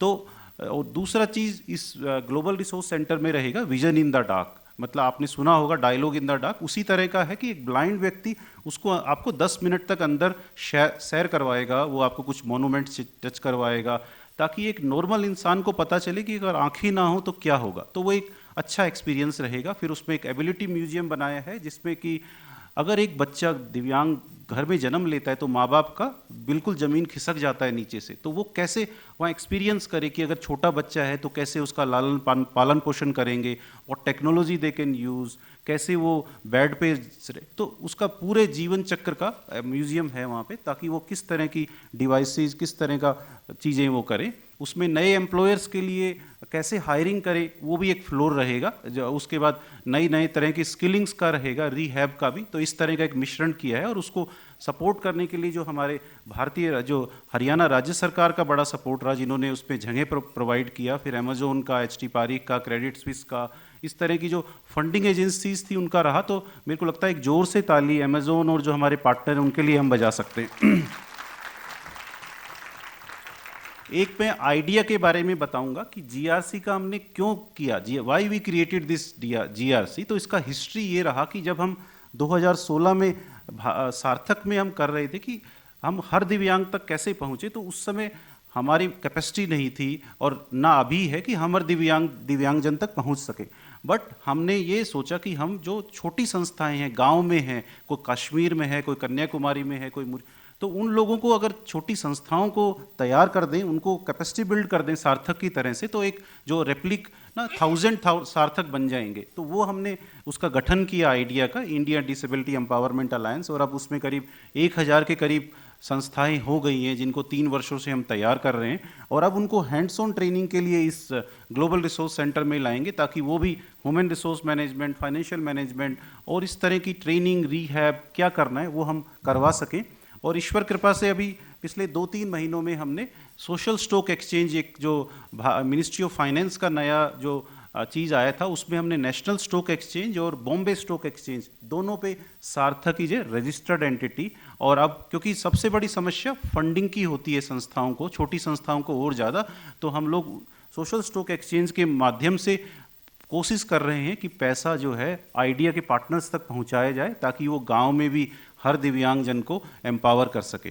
तो मेरा जो ऑनलाइन के माध्यम से और जो इस सभा में लोग हैं NGO से, कि आप उस प्लेटफॉर्म का हिस्सा बनिए, ताकि आपको भी ऑनलाइन ट्रेनिंग मिल सके और आगे बढ़ सके। जैसे वर्मा सर ने बताया कि जब हम फ्रांस में थे तो जो हमारे कंट्रीज़ थे अराउंड, जैसे हमारे जो अफ्रीकन कंट्रीज़ के लोग थे, लैटिन अमेरिका के कोरोस थे, countries around us, they were struggling like anything. वो हमारे से भी ज़्यादा चैलेंज में है, क्योंकि वहाँ भारत से भी ज़्यादा चैलेंजिंग सिचुएशंस। तो उनको भी हमने कुछ कमिटमेंट किए और हम उसकी तरफ आगे बढ़ रहे हैं। तो उसी सीरीज़ में हमने कोविड के दौरान 2-3 नए डिजिटल सॉल्यूशंस बनाए। एक कैप सारथी, जो कि इस पूरे डिसेबिलिटी के इकोसिस्टम का इंफॉर्मेशन बैंक है। अगर किसी को कोई इन्फॉर्मेशन चाहिए कि स्कूल में अगर मान लो कोई बच्चा बंगाल में है, किसी पर्टिकुलर डिस्ट्रिक्ट में नियरेस्ट स्कूल कहाँ है, नियरेस्ट कॉलेज कहाँ है, नियरेस्ट असिस्टिव डिवाइसेस कहाँ मिलेगा, पूरा इन्फॉर्मेशन बैंक है। और करीब 40 से 50 हज़ार दिव्यांगजन यूज़ कर रहे हैं। तो मेरा निवेदन और भी दिव्यांगजनों से रहेगा कि आपको यूज़ कीजिए, फ्री ऑफ कॉस्ट है, 12 भाषाओं में है, और आपको पूरा सपोर्ट है। बस आपको सिर्फ नाम और नंबर डालना है अपना। उसके बाद हमारी टीम के अगर वेस्ट बंगाल में तो बंगाली में, कर्नाटका में तो कन्नड़ा में एक हमारा जो हेल्प डेस्क है वो बात करेगा, आपका पूरा प्रोफाइल बनाएगा और आपको पूरी सर्विसेज फ्री ऑफ कॉस्ट देगा। उसी सीरीज़ में हमने एक रोज़गार सारथी जो पोर्टल बनाया, जो कि सरकारी नौकरियां भी उस पे हैं और गैर सरकारी नौकरियां भी हैं। तो आप भी उस पोर्टल पे आइए, वो भी फ्री ऑफ कॉस्ट है, और जिस पे एम्प्लॉयर आके आप हायरिंग कर रहे हैं। करीब 40 हज़ार लोग यूज़ कर रहे हैं। जो मैं आपको जो हमारे कंट्रीज़ अराउंड अफ्रीका और जो उनकी बात कर रहा था, उनके लिए हमने जो भारतवर्ष के दिव्यांग के लिए भी और उन कंट्रीज़ के लिए ई लर्निंग मैनेजमेंट सॉल्यूशन बनाया, ज्ञान सारथी। जब हम कोविड में स्ट्रगल कर रहे थे कि सार्थक या कोई भी एनजीओज कैसे सेंटर चलाएंगे, तो गूगल मीट का या फिर जूम प्लेटफॉर्म को यूज़ कर रहे थे, बट वो एक स्ट्रक्चर्ड प्लेटफॉर्म नहीं थे। उसमें जो है हम लोग एनालिसिस नहीं कर पा रहे थे कि कितनी देर बच्चा क्लास अटेंड कर रहा है, क्या उसका परफॉर्मेंस है, क्या आउटकम है। तो फिर हमने कोर्सेरा और इस तरह के प्लेटफॉर्म जब देखे और ग्लोबली देखा ऐसे प्लेटफॉर्म है, तो हमें नहीं पाए। Globally there is no such e learning management solution available. और फिर हमने जो स्ट्रैटबीन के समीर जी के साथ मिलके ये ई लर्निंग मैनेजमेंट सॉल्यूशन ज्ञान सारथी बनाया, और इसका विकल्प, इसका स्वरूप यही है कि ये फ्यूचर में अगले 5 वर्षों में हर तरह की सुविधा, अगर अर्ली इंटरवेंशन की थेरेपी लेना है या स्किल करना है, एम्प्लॉयमेंट करना है, रीहैब, ऑनलाइन ले सकते हैं। और अभी ये एक छोटे स्वरूप में स्टार्ट हो गया है, करीब 1000 लोग इसको यूज़ कर रहे हैं, बट धीरे धीरे हम उसको ओपन अप कर रहे हैं। हमारे जो इंडियन एयरफोर्स के 1000 सोल्जर्स हैं, उनके जो ऐसे टेरेन में हैं जहाँ पे कोई सर्विसेज नहीं है, वो उस प्लेटफॉर्म के माध्यम से थेरेपी प्राप्त कर पा रहे हैं। बट हमारा मकसद है कि जो हमारे दिव्यांगजन अफ्रीका में हैं या लैटिन अमेरिका में, वो भी इसको यूज़ करें। तो ईश्वर से हम यही प्रार्थना करेंगे कि ये चीज़ भी आगे चली जाए। और अंत में फिर मैं सभी दिव्यांगजनों को, पेरेंट्स को, कि हमारे पास बहुत सारी सक्सेस स्टोरीज़ हैं। अब तो आप देखेंगे कि आप गूगल पे सर्च करेंगे तो इतने सारे दिव्यांग, तो आपको मायूस नहीं होना। दिव्यांगता हमारे, जैसे वाणी जी ने बताया कि ये एटीट्यूड की है, बस हमें दिमाग से कुछ नहीं सोचना, दिव्यांगता कुछ नहीं होती, वो सिर्फ हमारे मन की है। अगर आप ठान लें कि आपको कुछ भी करना है तो आप कर सकते हैं, कोई चीज़ नामुमकिन नहीं है। और हम उसी तरह से ईश्वर से यही प्रार्थना करेंगे कि ये जो सार्थक को जो अवार्ड भी मिला है, वो आप सबके लिए है, आपकी मेहनत का फल है। क्योंकि और वो 140 जो हमारे 100 करोड़ दिव्यांग लोग हैं, उनको है, उनकी जो एम्पावरमेंट हुई है उनके लिए है। तो उनको ही मेरा फिर से रिक्वेस्ट रहेगा कि आप मिलजुल के कम्युनिकेट करिए, अवेयरनेस क्रिएट करिए, क्योंकि अब एक बड़ा इकोसिस्टम अच्छा तैयार हो गया है, डिजिटली भी, फिजिकली भी। सरकार भी हमारे साथ है और सरकार में जो अफसर हैं वो लोग भी सेंसिटिव हैं। तो एक अच्छा फेवरेबल माहौल है। अब हमें इस माहौल का फ़ायदा उठाना है और हमें जैसे हर दिव्यांगजन को एम्पावर करना है, ताकि वो भी जो है अपना जीवन आत्मनिर्भर भारत, जो हमारे प्रधानमंत्री जी बोलते हैं, उसी तरह से आगे लेके जाना है। और मेरा आपको फिर से thank you so much. Thank you.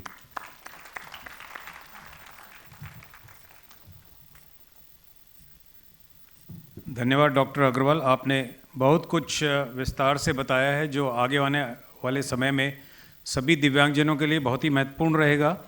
एक तो हमारे जो ओलंपिक्स होते हैं उसमें और जोर शोर से पार्टिसिपेट करिए, जो अगले 4 साल में इंटरनेशनल होंगे, उसमें जाने का मौका मिलेगा। टेक्नोलॉजी का कैसे यूज़ कर सकते हैं और कैसे हम आगे बढ़ सकते हैं, और वो भी अफोर्डेबल टेक्नोलॉजी, ये एक बहुत ही नया आयाम है। उसके बाद ग्लोबल रिसोर्स सेंटर, जिसकी कि कल उद्घाटन है, उसमें भी बहुत कुछ सीखने को मिलेगा, आपको देखने को मिलेगा एक ही जगह पे। और जो ऐप्स हमने बनाई हुई हैं औरों के सहयोग से, कैब सारथी, रोज़गार सारथी, और जो ई लर्निंग मैनेजमेंट सॉल्यूशन है, उसका सभी आप उपयोग करेंगे तो आगे अपनी ज़िंदगी में और बेहतर जीवन बना पाएंगे। इसी के साथ में अब आज के जो हमारे मुख्य अतिथि और सेक्रेटरी हैं भारत सरकार में, श्री राजेश अग्रवाल जी, जो कि department of empowerment of persons with disabilities Bharat सरकार में सेक्रेटरी हैं, एक बहुत ही सीनियर IAS अफसर हैं, वो हमारे बीच है। मैं उनको आमंत्रित करूंगा कि वो अपने विचार पेश करें, और जो उन्होंने सहयोग इस सेक्टर के लिए किया है वो सराहनीय है। तो उनका मैं थोड़ा सा बैकग्राउंड आपको दूंगा, बिकॉज वो हमेशा से ही काफ़ी अग्रणी रहे हैं। बीटेक उन्होंने किया कंप्यूटर साइंस IIT दिल्ली से। उसके बाद इंडियन एडमिनिस्ट्रेटिव सर्विस 1989 में ज्वाइन किया इन्होंने, और उनके जो इंटरेस्ट हैं इन IIT were natural language understanding, fuzzy logic, algorithm and वो आज भी उन्हीं के माध्यम से यूज़ करते हैं और काफ़ी कुछ काम इसमें करते हैं। He was very big into big data analytics on various citizen databases for weeding out bogus beneficiaries and targeting subsidies to genuine beneficiaries. तो ये एक बहुत बड़ा काम किया, जो कि मतलब आपको डायरेक्ट बेनिफिट मिला लोगों को, उनमें इनका बहुत बड़ा सहयोग रहा है। He has been advocating the use of e-governance, use of technology to reduce corruption, and also for better service delivery. He also been lucky to be associated with Aadhaar and Jan Dhan missions and introduced Digi Locker and Jeevan Praman. So बहुत कुछ इन्होंने उद्धार किए हैं देश में, जो आज आप कितनी तरह के ऐप्स से और आईटी के माध्यम से देखते हैं, तो उन्हीं को सुनिए और आगे क्रियान्वित कीजिए. Doctor Shri Rajesh Agrawal ji.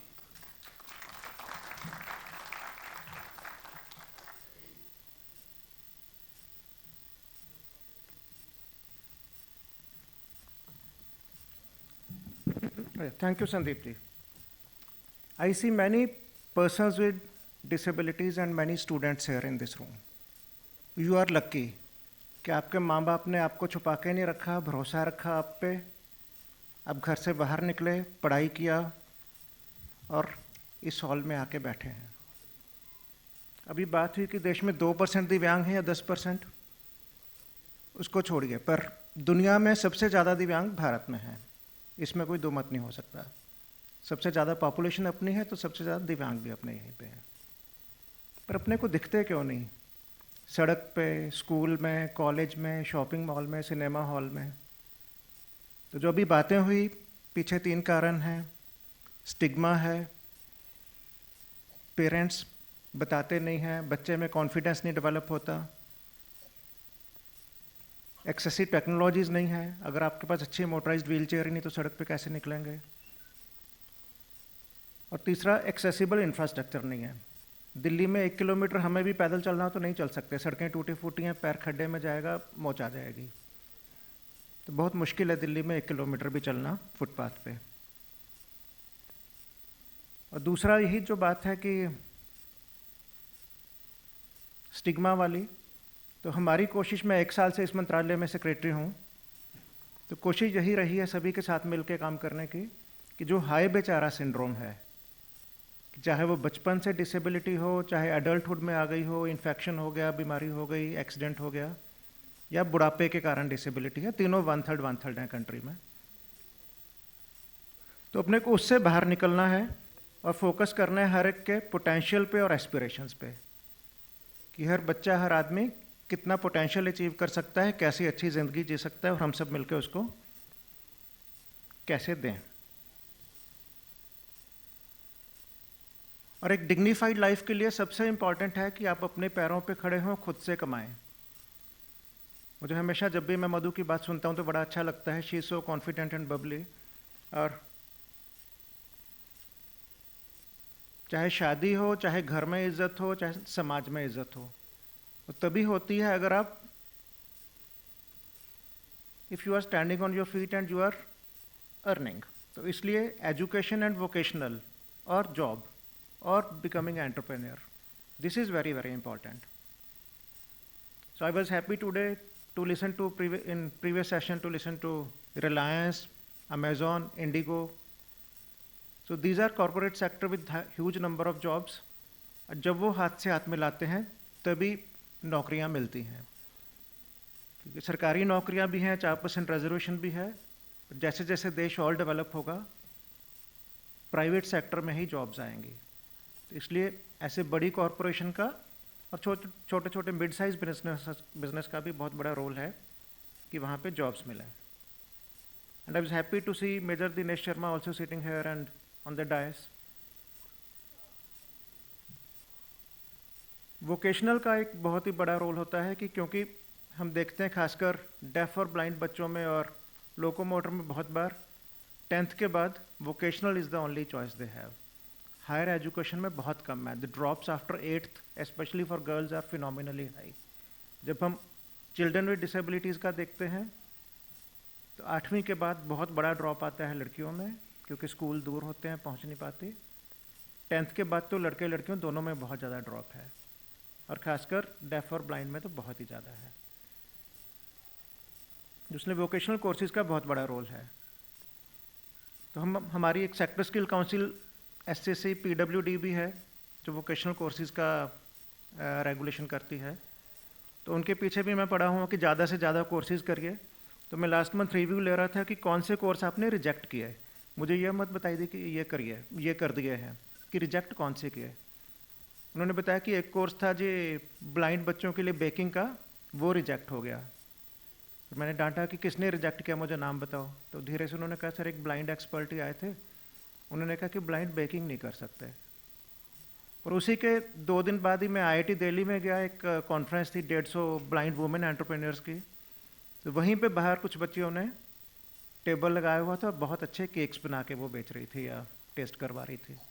And then told me कि हौज खास में एक ब्लाइंड बेक कैफ़े है, सभी ब्लाइंड लड़कियां वहाँ पे काम करती हैं और थ्राइविंग है, मतलब उसमें सीट नहीं मिलती।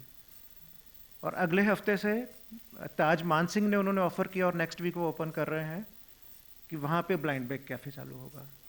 तो कई बार हमें ही अपने पोटेंशियल का नहीं पता होता।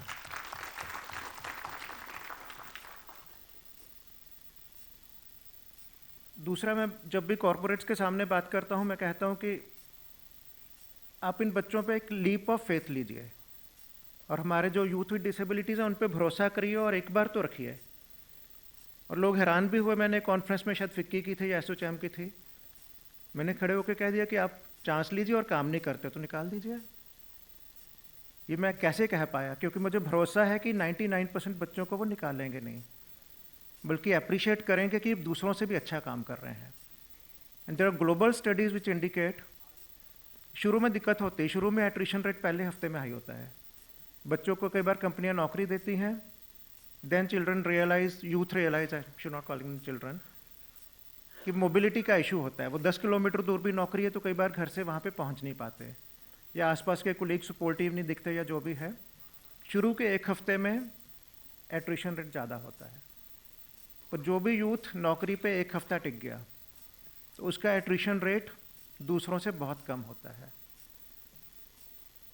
दूसरी बात है कि आजकल हम सोशल मीडिया और बाकी चीज़ों पे भी लगे रहते हैं। An average person has 150 friends जिसके साथ हम सोशल मीडिया पे कनेक्ट होते हैं या बाकी कनेक्ट होते हैं या फ़ोन पे।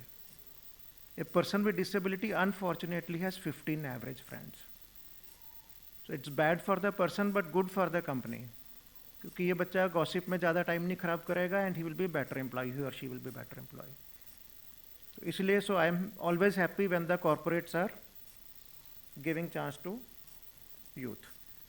दूसरा, काफ़ी बात हुई दिव्यांग, स्पेशली एबल्ड और ये वो। एक जो बेसिक चीज़ मैं समझ पाया हूँ 1 साल में, कि जब हम कहते हैं डिसेबल्ड पर्सन तो ध्यान जाता है डिसेबिलिटी पे, चाहे दूसरा कोई कह रहा है चाहे हम खुद वैसा सोच रहे हैं। पर जब हम कहते हैं पर्सन विद डिसेबिलिटी तो ध्यान पर्सन पे है, डिसेबिलिटी पे तो ध्यान जाता ही नहीं है। So always focus is on the person. So our department now uses the word persons with disabilities, और थोड़ा सा छोटा सा ख्याल का फ़र्क है।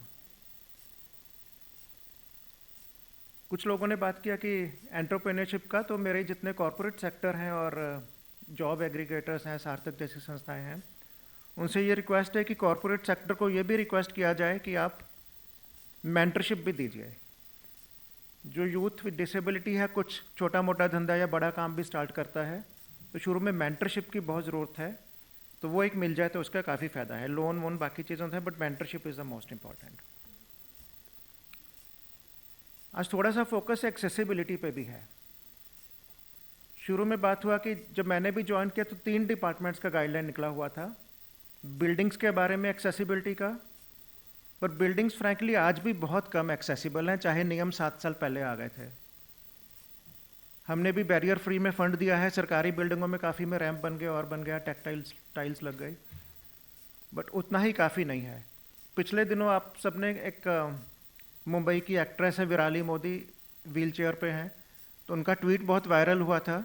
वो शादी होके रजिस्ट्रार ऑफिस में गई, 2nd फ्लोर पे ऑफिस था, लिफ्ट भी नहीं थी मुंबई में, तो उनको फोर्स किया गया कि आप ऊपर आओ, कि हम नीचे नहीं आएंगे क्योंकि हम तो बड़े अफसर हैं, हम नीचे कैसे आएँ।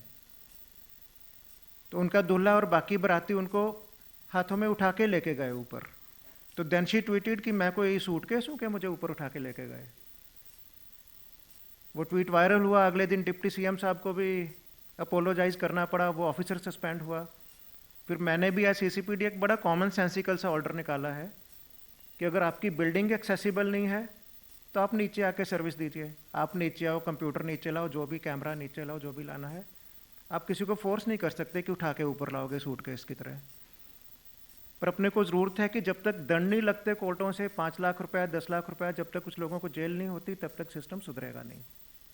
तो आई होप कि ये चीज़ें आगे बढ़ें। तो गाइडलाइन निकालना एक पहला काम होता है, पर उसके बाद इम्प्लीमेंटेशन इज समथिंग डिफरेंट, उसके लिए बहुत सेंसिटिविटी भी चाहिए।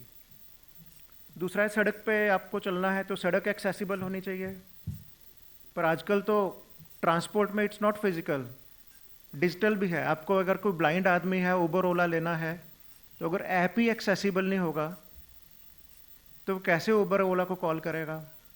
अगर उसको साथ में किसी को बोलना पड़ेगा साथ चलो, तो कितनी बार कोई साथीदार तैयार होता है?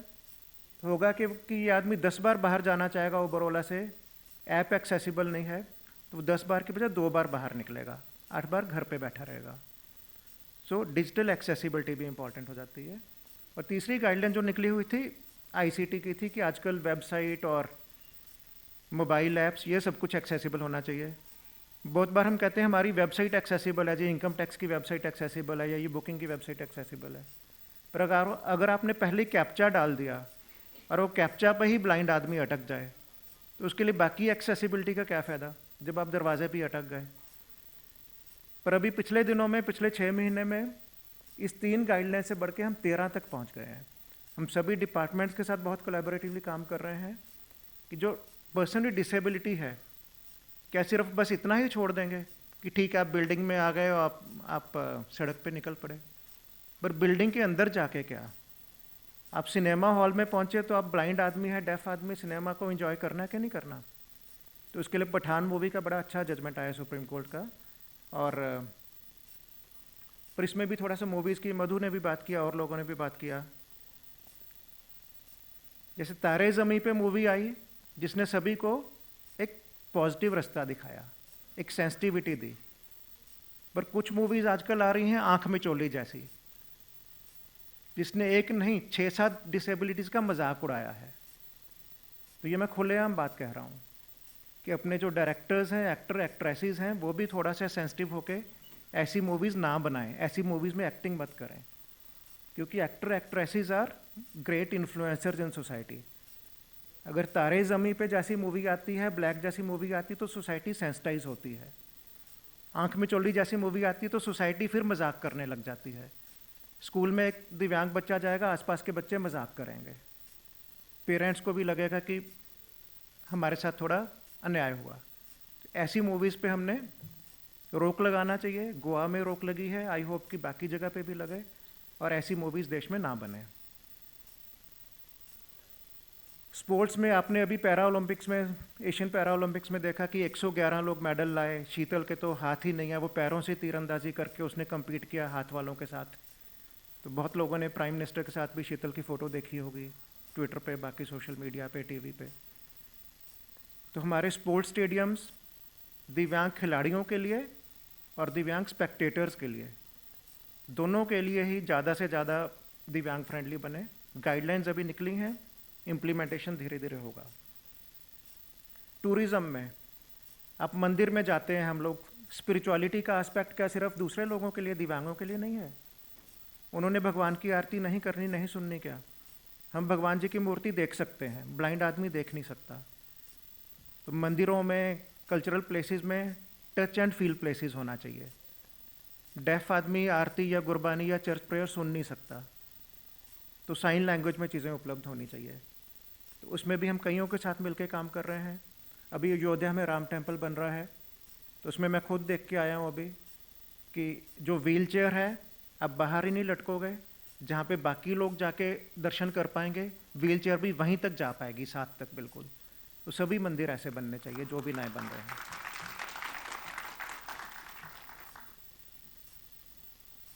इंडिगो के रिप्रेजेंटेटिव थे, सिर्फ इंडिगो ही है जहाँ रैंप है। तो व्हील चेयर वाले को तो फ़ायदा ही, बाकी सबको भी है। हम भी जब केबिन का लगेज लेके उतरते हैं, ट्रॉली होती, बड़ा अच्छा लगता है। ट्रॉली ये रैंप से बड़ा अच्छा आसानी से उतर जाती है। कोई बूढ़ा आदमी है वो आसानी से उतर जाता है नीचे। पर आज भी Vistara, air India, spice jet, बाकी सब में आप स्टेयर्स होती हैं। और आजकल आधी से ज़्यादा फ्लाइट तो एरो ब्रिज पे लगती नहीं है, स्टेयर्स ही आती हैं। तो आदमी वहीं लटक जाते हैं और दुख पाते हैं। So ramp is a universal design. इससे सिर्फ व्हील चेयर यूज़र्स को नहीं फ़ायदा होता, बाकी सबको होता है। ऐसी लिफ्ट में अगर लिफ्ट बोलती है कि सेकंड फ्लोर आ गया, फोर्थ फ्लोर आ गया, ग्राउंड फ्लोर आ गया, या मेट्रो बोलती कि अभी दरवाज़ा राइट साइड पे खुलने वाला है, तो इससे सबको फ़ायदा होता है. So this is universal design, और हम सभी मंत्रालयों के साथ कोशिश कर रहे हैं कि उनकी जो भी चीज़ें हैं यूनिवर्सल डिज़ाइन वाली बने. पर अभी भी स्कूल्स में हालत बुरी है. दिल्ली के स्कूलों में जाइए, बेस्ट स्कूल्स में जाइए, एडमिशन दे देते हैं डर के मारे, पर फिर आपको एक लिस्ट थमा देते हैं पेरेंट को कि एक स्पेशल एजुकेटर 15,000 रुपये का इसी लिस्ट में ले आइए, और उसके साथ बच्चे को अलग एक रूम में बिठा देते हैं. तो ये कैसा इंक्लूसिव एजुकेशन हुआ? सब बच्चों को पूरा प्रॉपर चांस मिलना चाहिए दूसरे बच्चों के साथ बैठ के सोशलाइजेशन करके और टीचर की बात सुनने का, समझने का. स्कूलों में अभी भी बहुत कुछ बाकी है. हॉस्पिटल्स में अभी भी बहुत कुछ बाकी है. हॉस्पिटल्स में दिव्यांग लोगों की दुर्गति काफ़ी होती है. आप किसी भी डिसेबिलिटी, किसी भी नॉर्मल डिजीज़ के लिए भी जाओ तो समझाना मुश्किल हो जाता है. एक डेफ आदमी को खांसी भी हो जाए तो डॉक्टर का जाके समझाना कि खांसी होगी बड़ा मुश्किल हो जाती है. So how to make them more effective. Police stations, अभी इस पे फाइल पे गृह मंत्री जी के साइन हो गए हैं, वो भी हमें उम्मीद है कि गाइडलाइंस जल्दी निकल जाएंगी. ज़्यादा तो विक्टिम्स होते हैं जो पर्सन विद डिसेबिलिटी होते हैं, कुछ एक्यूज भी होते हैं, पर दोनों को ही लीगल एड मिले, प्रॉपर एड मिले. तो पुलिस थानों में, जुडिशरी में इसमें कैसे लाया जाए एक्सेसिबिलिटी को, वो बहुत ज़रूरी है. आखिरी में 2-3 चीज़ें मैं टेक्नोलॉजी के बारे में बताना चाहता हूँ. आजकल टेक्नोलॉजी का ज़माना है, पर हमें ज़रूरत है कि हम जुगाड़ू और गंदी दिखने वाले की बजाय, सस्ती दिखने वाले की बजाय एफोर्डेबल पर सुंदर दिखने वाली चीज़ लाएं. आप घटिया सी व्हील चेयर पर बैठे हो, आपका कॉन्फिडेंस कम होता है. आप नियो मोशन जैसी व्हील चेयर पर बैठे हो और सामने आपका स्कूटी जैसा है, तो आपका कॉन्फिडेंस ही अलग होता है.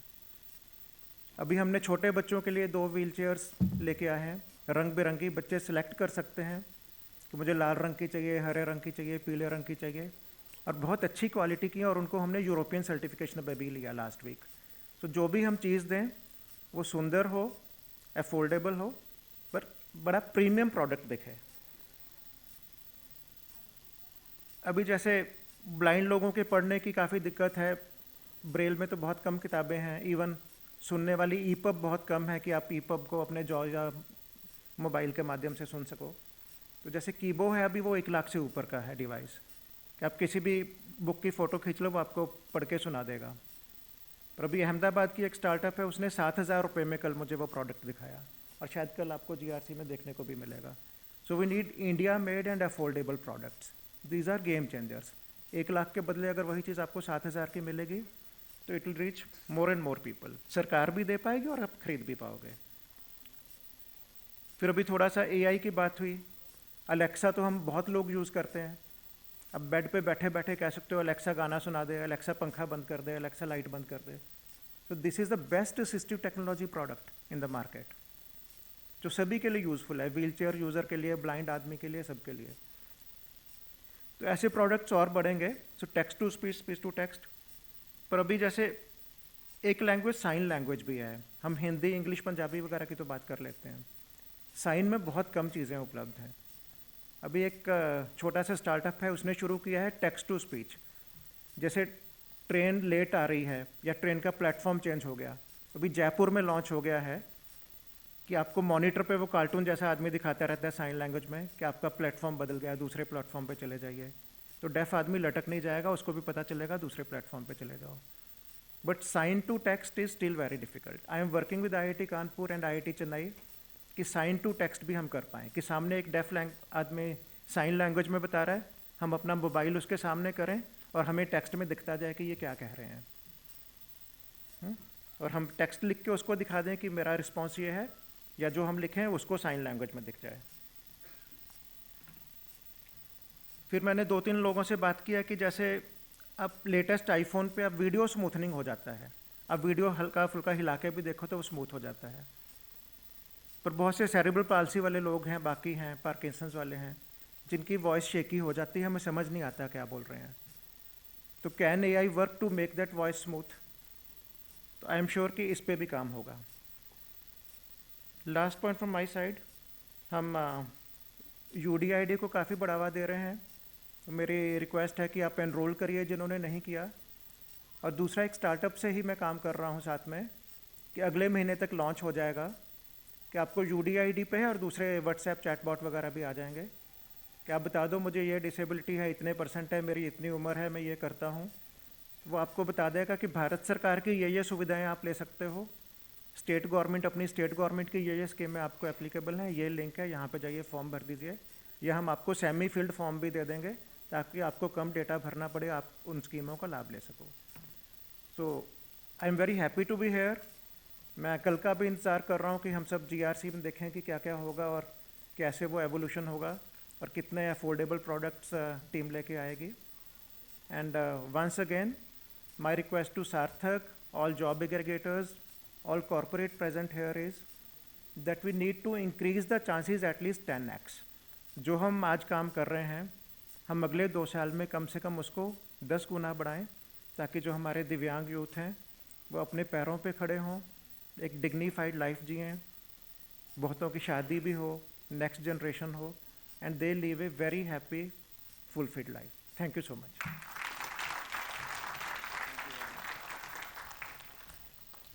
बहुत बहुत धन्यवाद राजेश अग्रवाल जी को, जो उन्होंने अपने डिपार्टमेंट के और अपने व्यक्तिगत एक्सपीरियंसेस बताए और आगे क्या क्या कर सकते हैं टेक्नोलॉजी के एरिया में, एजुकेशन के एरिया में, हॉस्पिटल के एरिया में। जो एरिया आप देख लो उसमें आई थिंक वो लोग काफ़ी काम कर रहे हैं। एक मैसेज मेरे को आपके स्पीच के दौरान मिला कि साइन टू टेक्स्ट लैंग्वेज का स्टॉल ऑलरेडी बाहर लगा हुआ है सर, तो आप ज़रूर देखें। और लोगों से भी मेरा अनुरोध है जो भी इस हॉल में है कि बाहर जो स्टॉल्स लगे हुए हैं टेक्नोलॉजी बेस्ड वो ज़रूर देखें, आपको कोई ना कोई उससे मदद मिलेगी और आपको आगे अपॉर्चुनिटीज़ मिलेगी।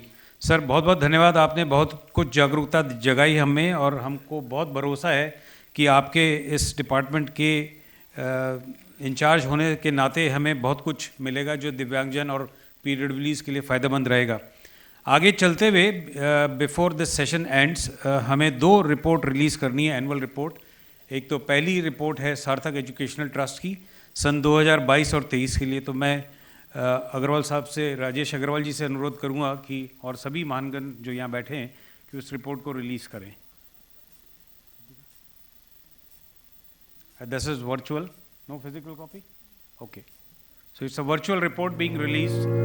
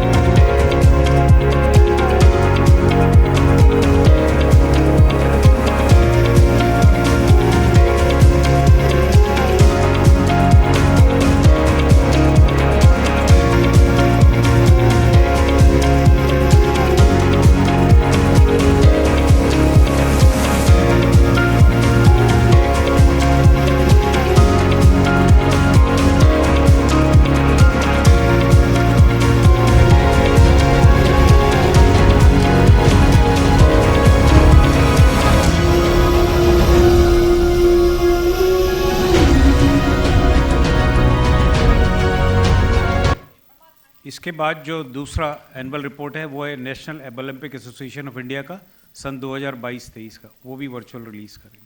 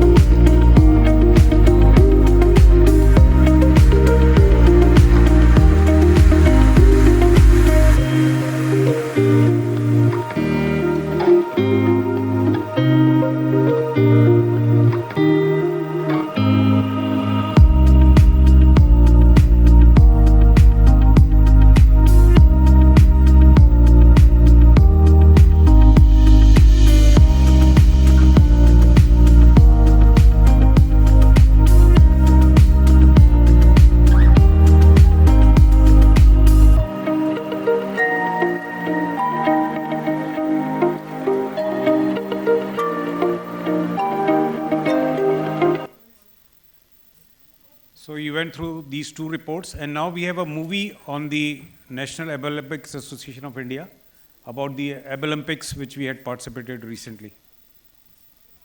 You may play the movie, please.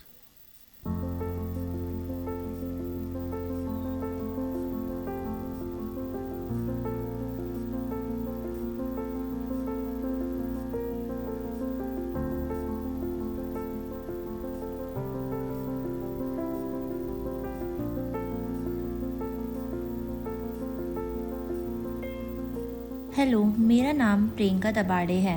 मेरा नाम काशिफ खान है। मेरा नाम मोहम्मद समीम आलम है। मेरा नाम चेतन पाशीलकर है। मेरा नाम अविनाश है।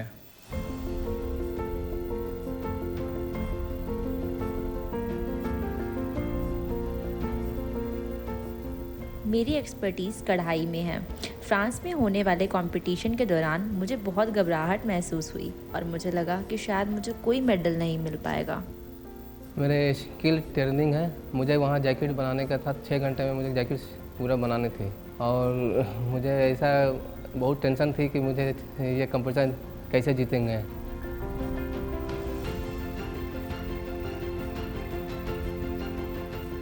जो 13 दिव्यांग बच्चे फ्रांस में पार्टिसिपेट किए इस बार 10th इंटरनेशनल ओलंपिक्स में, उन लोगों की सेकेंडरी ट्रेनिंग हमने इंडस्ट्री पार्टनर के थ्रू, कुछ एकेडमिक पार्टनर के थ्रू और कुछ ऐसे फ्रीलांसर जो कंसल्टेंट थे, एक्सपर्ट थे उन ट्रेड्स में, उनके थ्रू हमने किया, उनको एक्सीलेंस तक ले जाने के लिए।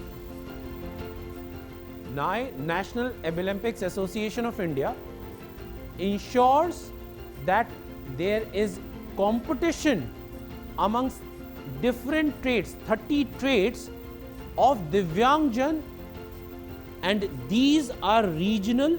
Then the gold medalists, silver medalists play at the national level, and then the best amongst them are trained by the specialists and they represent India. So you wear an Indian jersey for the trait, for the skill you have. NAAI ने मुझे सारी ज़रूरी painting सामग्री, expert advice और field visit से मेरी बहुत मदद की। मैं उनकी इस मदद के लिए बहुत आभारी हूँ। NAAI की मदद से मुझे दिल्ली के एक बड़े होटल में शानदार बेकिंग ट्रेनिंग मिली। मैंने बहुत अच्छी कलाएं सीखी, जैसे कि अलग अलग स्वाद और टेक्निक्स के साथ केक बनाना। इसके लिए मैं उनका धन्यवाद करता हूँ।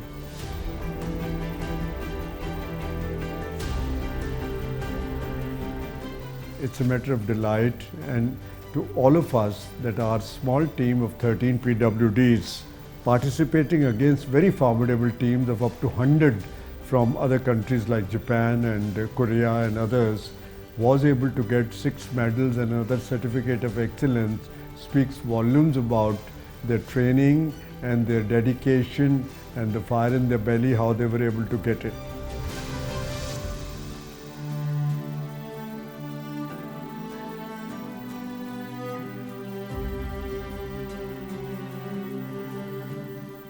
भारत लौटने के बाद सबके प्यार और समर्थन ने मुझे बहुत खुश किया। मैं पुणे के एक छोटे से गांव से हूं, लेकिन मेरी उपलब्धियों ने मुझे और मेरे परिवार को पहचान और सम्मान दिया।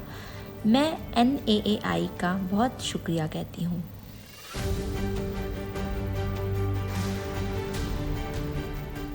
फ्रांस से मेडल जीत के वापस आने के बाद यहाँ मुझे बहुत सपोर्ट और सम्मान मिला। मेरे गांव और मेरे चारों तरफ के लोगों ने मुझे बहुत समर्थन किया। इसे देख के मुझे बहुत गर्व महसूस हुआ।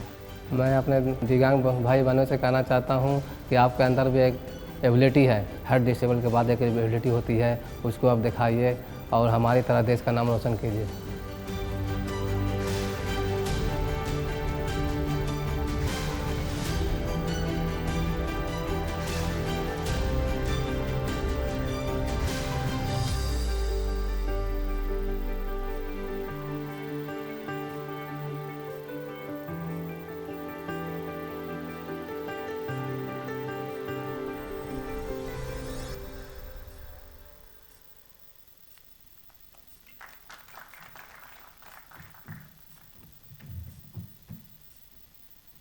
इस पैनल को एक धन्यवाद का स्वरूप देने के लिए मैं आमंत्रित करूंगा SK गुप्ता जी को, जो कि फॉर्मर DDG हैं भारत संचार निगम के, डिपार्टमेंट ऑफ टेलीकॉम के, और उन्होंने काफ़ी अपना योगदान दिया है पॉलिसी शेपिंग और जो ROW रूल सरकार ने बनाए थे और क्वालिटी ऑफ सर्विस पैरामीटर्स दिए थे, काफ़ी लंबे समय तक इन्होंने DOT में अपना स्थान दिया। अब हमारे साथ जुड़े हुए हैं as board member of Sarthak. SK Gupta जी।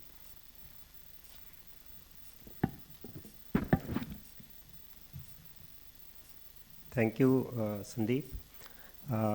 मैं सबसे पहले श्री राकेश वैद्य जी को धन्यवाद देना चाहूँगा, जिन्होंने हमें ये ऑडिटोरियम अवेलेबल कराया, ये कैंपस फ्री ऑफ कॉस्ट। और जैसे कि आपने बताया, कृष्ण कालरा जी के साथ आपने अपना कैरियर शुरू किया और वो यादें ताज़ा की, बहुत अच्छा लगा हमें ये जान के हम जिनके साथ या जिनकी छत्र छाया में काम कर रहे हैं वो इतने पुराने अनुभवी और काबिल वो हैं। इंसिडेंटली वो मेरे alma mater same engineering college से भी हैं, तो I feel doubly proud. So thank you Rakesh Vaidya ji for making this space available to us for this event. फिर मैं राजेश अग्रवाल जी जो सेक्रेटरी DPWD हैं, उनका धन्यवाद देना चाहूँगा। आप लोगों ने देखा होगा कि किस तरह से उन्होंने बहुत सारे पॉइंट्स यहाँ कैप्चर किए। इतने पॉइंट तो शायद सब पैनलिस्ट और हम सब मिलके भी नहीं सोच सकते थे। इसी से पता चलता है कि ये कितनी डीपली इन्वॉल्व हैं। और जब पार्लियामेंट सेशन चल रहा होता है तो सेक्रेटरी लेवल पे ऑफिस से निकलना बहुत मुश्किल होता है, और आज ये हमारे साथ यहाँ पे हम सबके साथ अपने विचार साझा करने के लिए आए हैं। तो that shows his commitment to the cause of PWDs। और इन्होंने जो एक्सेसिबिलिटी और एक्सेसिव टेक्नोलॉजी और स्टिग्मा एसोसिएटेड विद PWDs, ये सब बातें की। Technology should be not only available but also should be presentable, should be cheap and all. तो ये बहुत सारे चीज़ों में जो इन्होंने हमारे साथ विचार साझा किए, तो हमें पूरा विश्वास है कि इनके रहते हुए डिपार्टमेंट ऑफ PWD में बहुत कुछ होगा, हमें बहुत कुछ देखने को मिलेगा। ऑलरेडी हम देख रहे हैं कि इनके आने के बाद सब काम बहुत अच्छी तरह से हो रहे हैं और आगे और ज़्यादा तरक्की इस डिपार्टमेंट में होगी, ये हमें पूरा विश्वास है। मैं श्री मनीष कुमार जी जो एक्स CEO हैं NSDC के, उनका भी धन्यवाद देना चाहूँगा, क्योंकि उन्होंने जनरेटिव AI और ONIT ग्लोबल डेटाबेस के बारे में जो बात बताई, और वैसे भी सार्थक के साथ बहुत टाइम से जुड़े हुए हैं, तो हमारा जो स्किलिंग प्रोग्राम है उसमें उनका बहुत योगदान है। तो Manish ji, thank you so much for coming and gracing the occasion. Krishna Kalra ji, जिनको आपने सुना, वो शुरू से ही सार्थक के साथ जुड़े हुए हैं और समय समय पे और जगह जगह वो हमारी हौसला बजाई और हमारा मार्गदर्शन करते हैं। और जैसे उन्होंने बताया कि सेंसस में फिगर्स कुछ हैं, लेकिन एक्चुअल फिगर कुछ और हैं डिसेबिलिटी की। तो एक नहीं, बहुत सारे सार्थक ऑर्गेनाइजेशंस की ज़रूरत है कंट्री में to make a difference.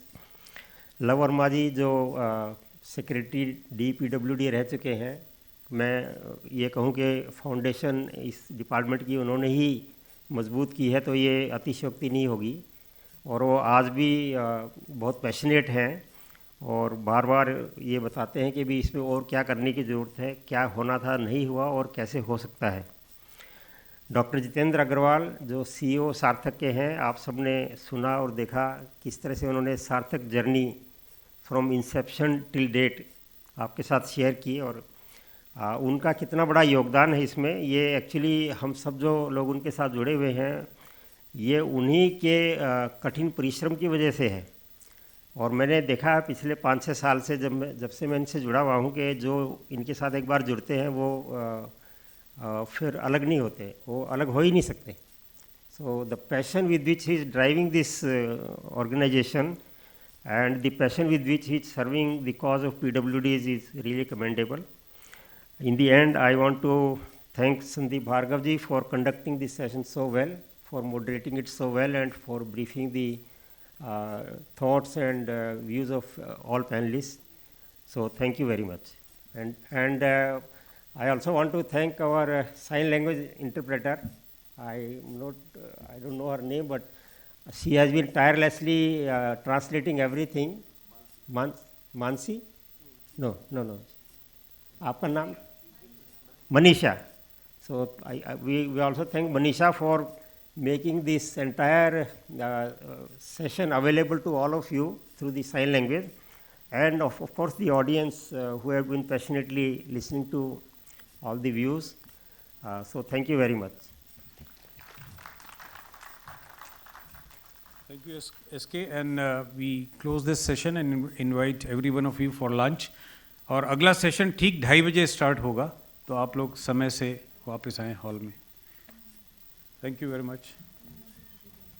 Sorry, the most important part is the mementos, so kindly wait. I apologize. Please.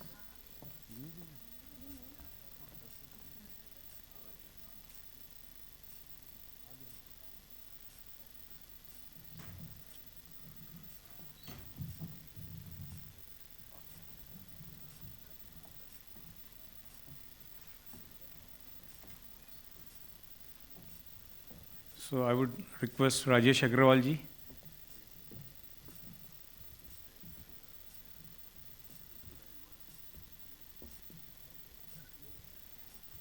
Mr. Vaid, please.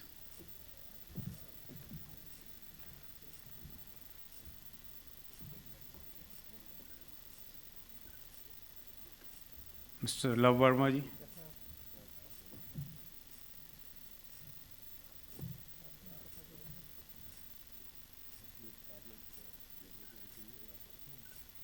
Mr. Manish Kumar ji.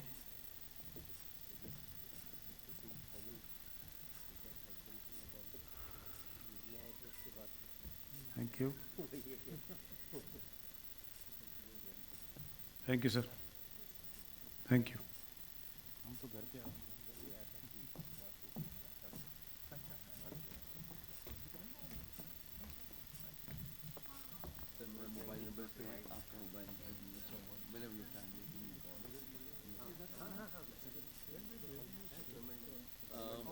Mostly at the farmhouse. Big bathroom. I have a very exclusive art collection. We do a lot of work for पर मुझे लगा दूसरे city से होंगे, आसपास ही थे क्या कहीं? लास्ट जो सेशन था और लास्ट टाइम भी वर्चुअल हो रहा था, तो मैं शायद इस साल भी वर्चुअली होगा. I didn't realise but you live nearby. Physical हो गए जाके वो बच्चों को ट्रेन करा दिया. मुझे तो लगा ये अमेरिका में Sorry, एक ग्रुप पिक्चर भी पेंडिंग है for the entire panel. Please join us for a group picture.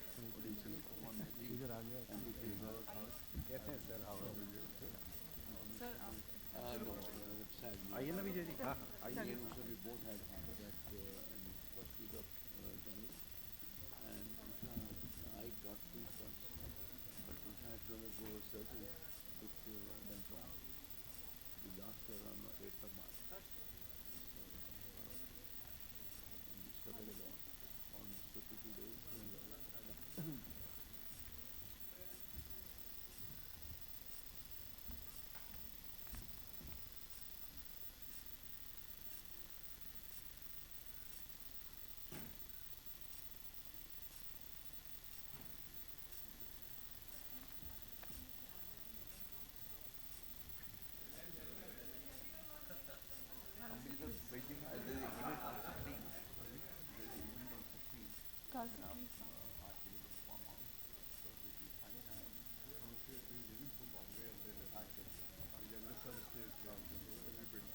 Next time. Good to meet you. Thanks for all.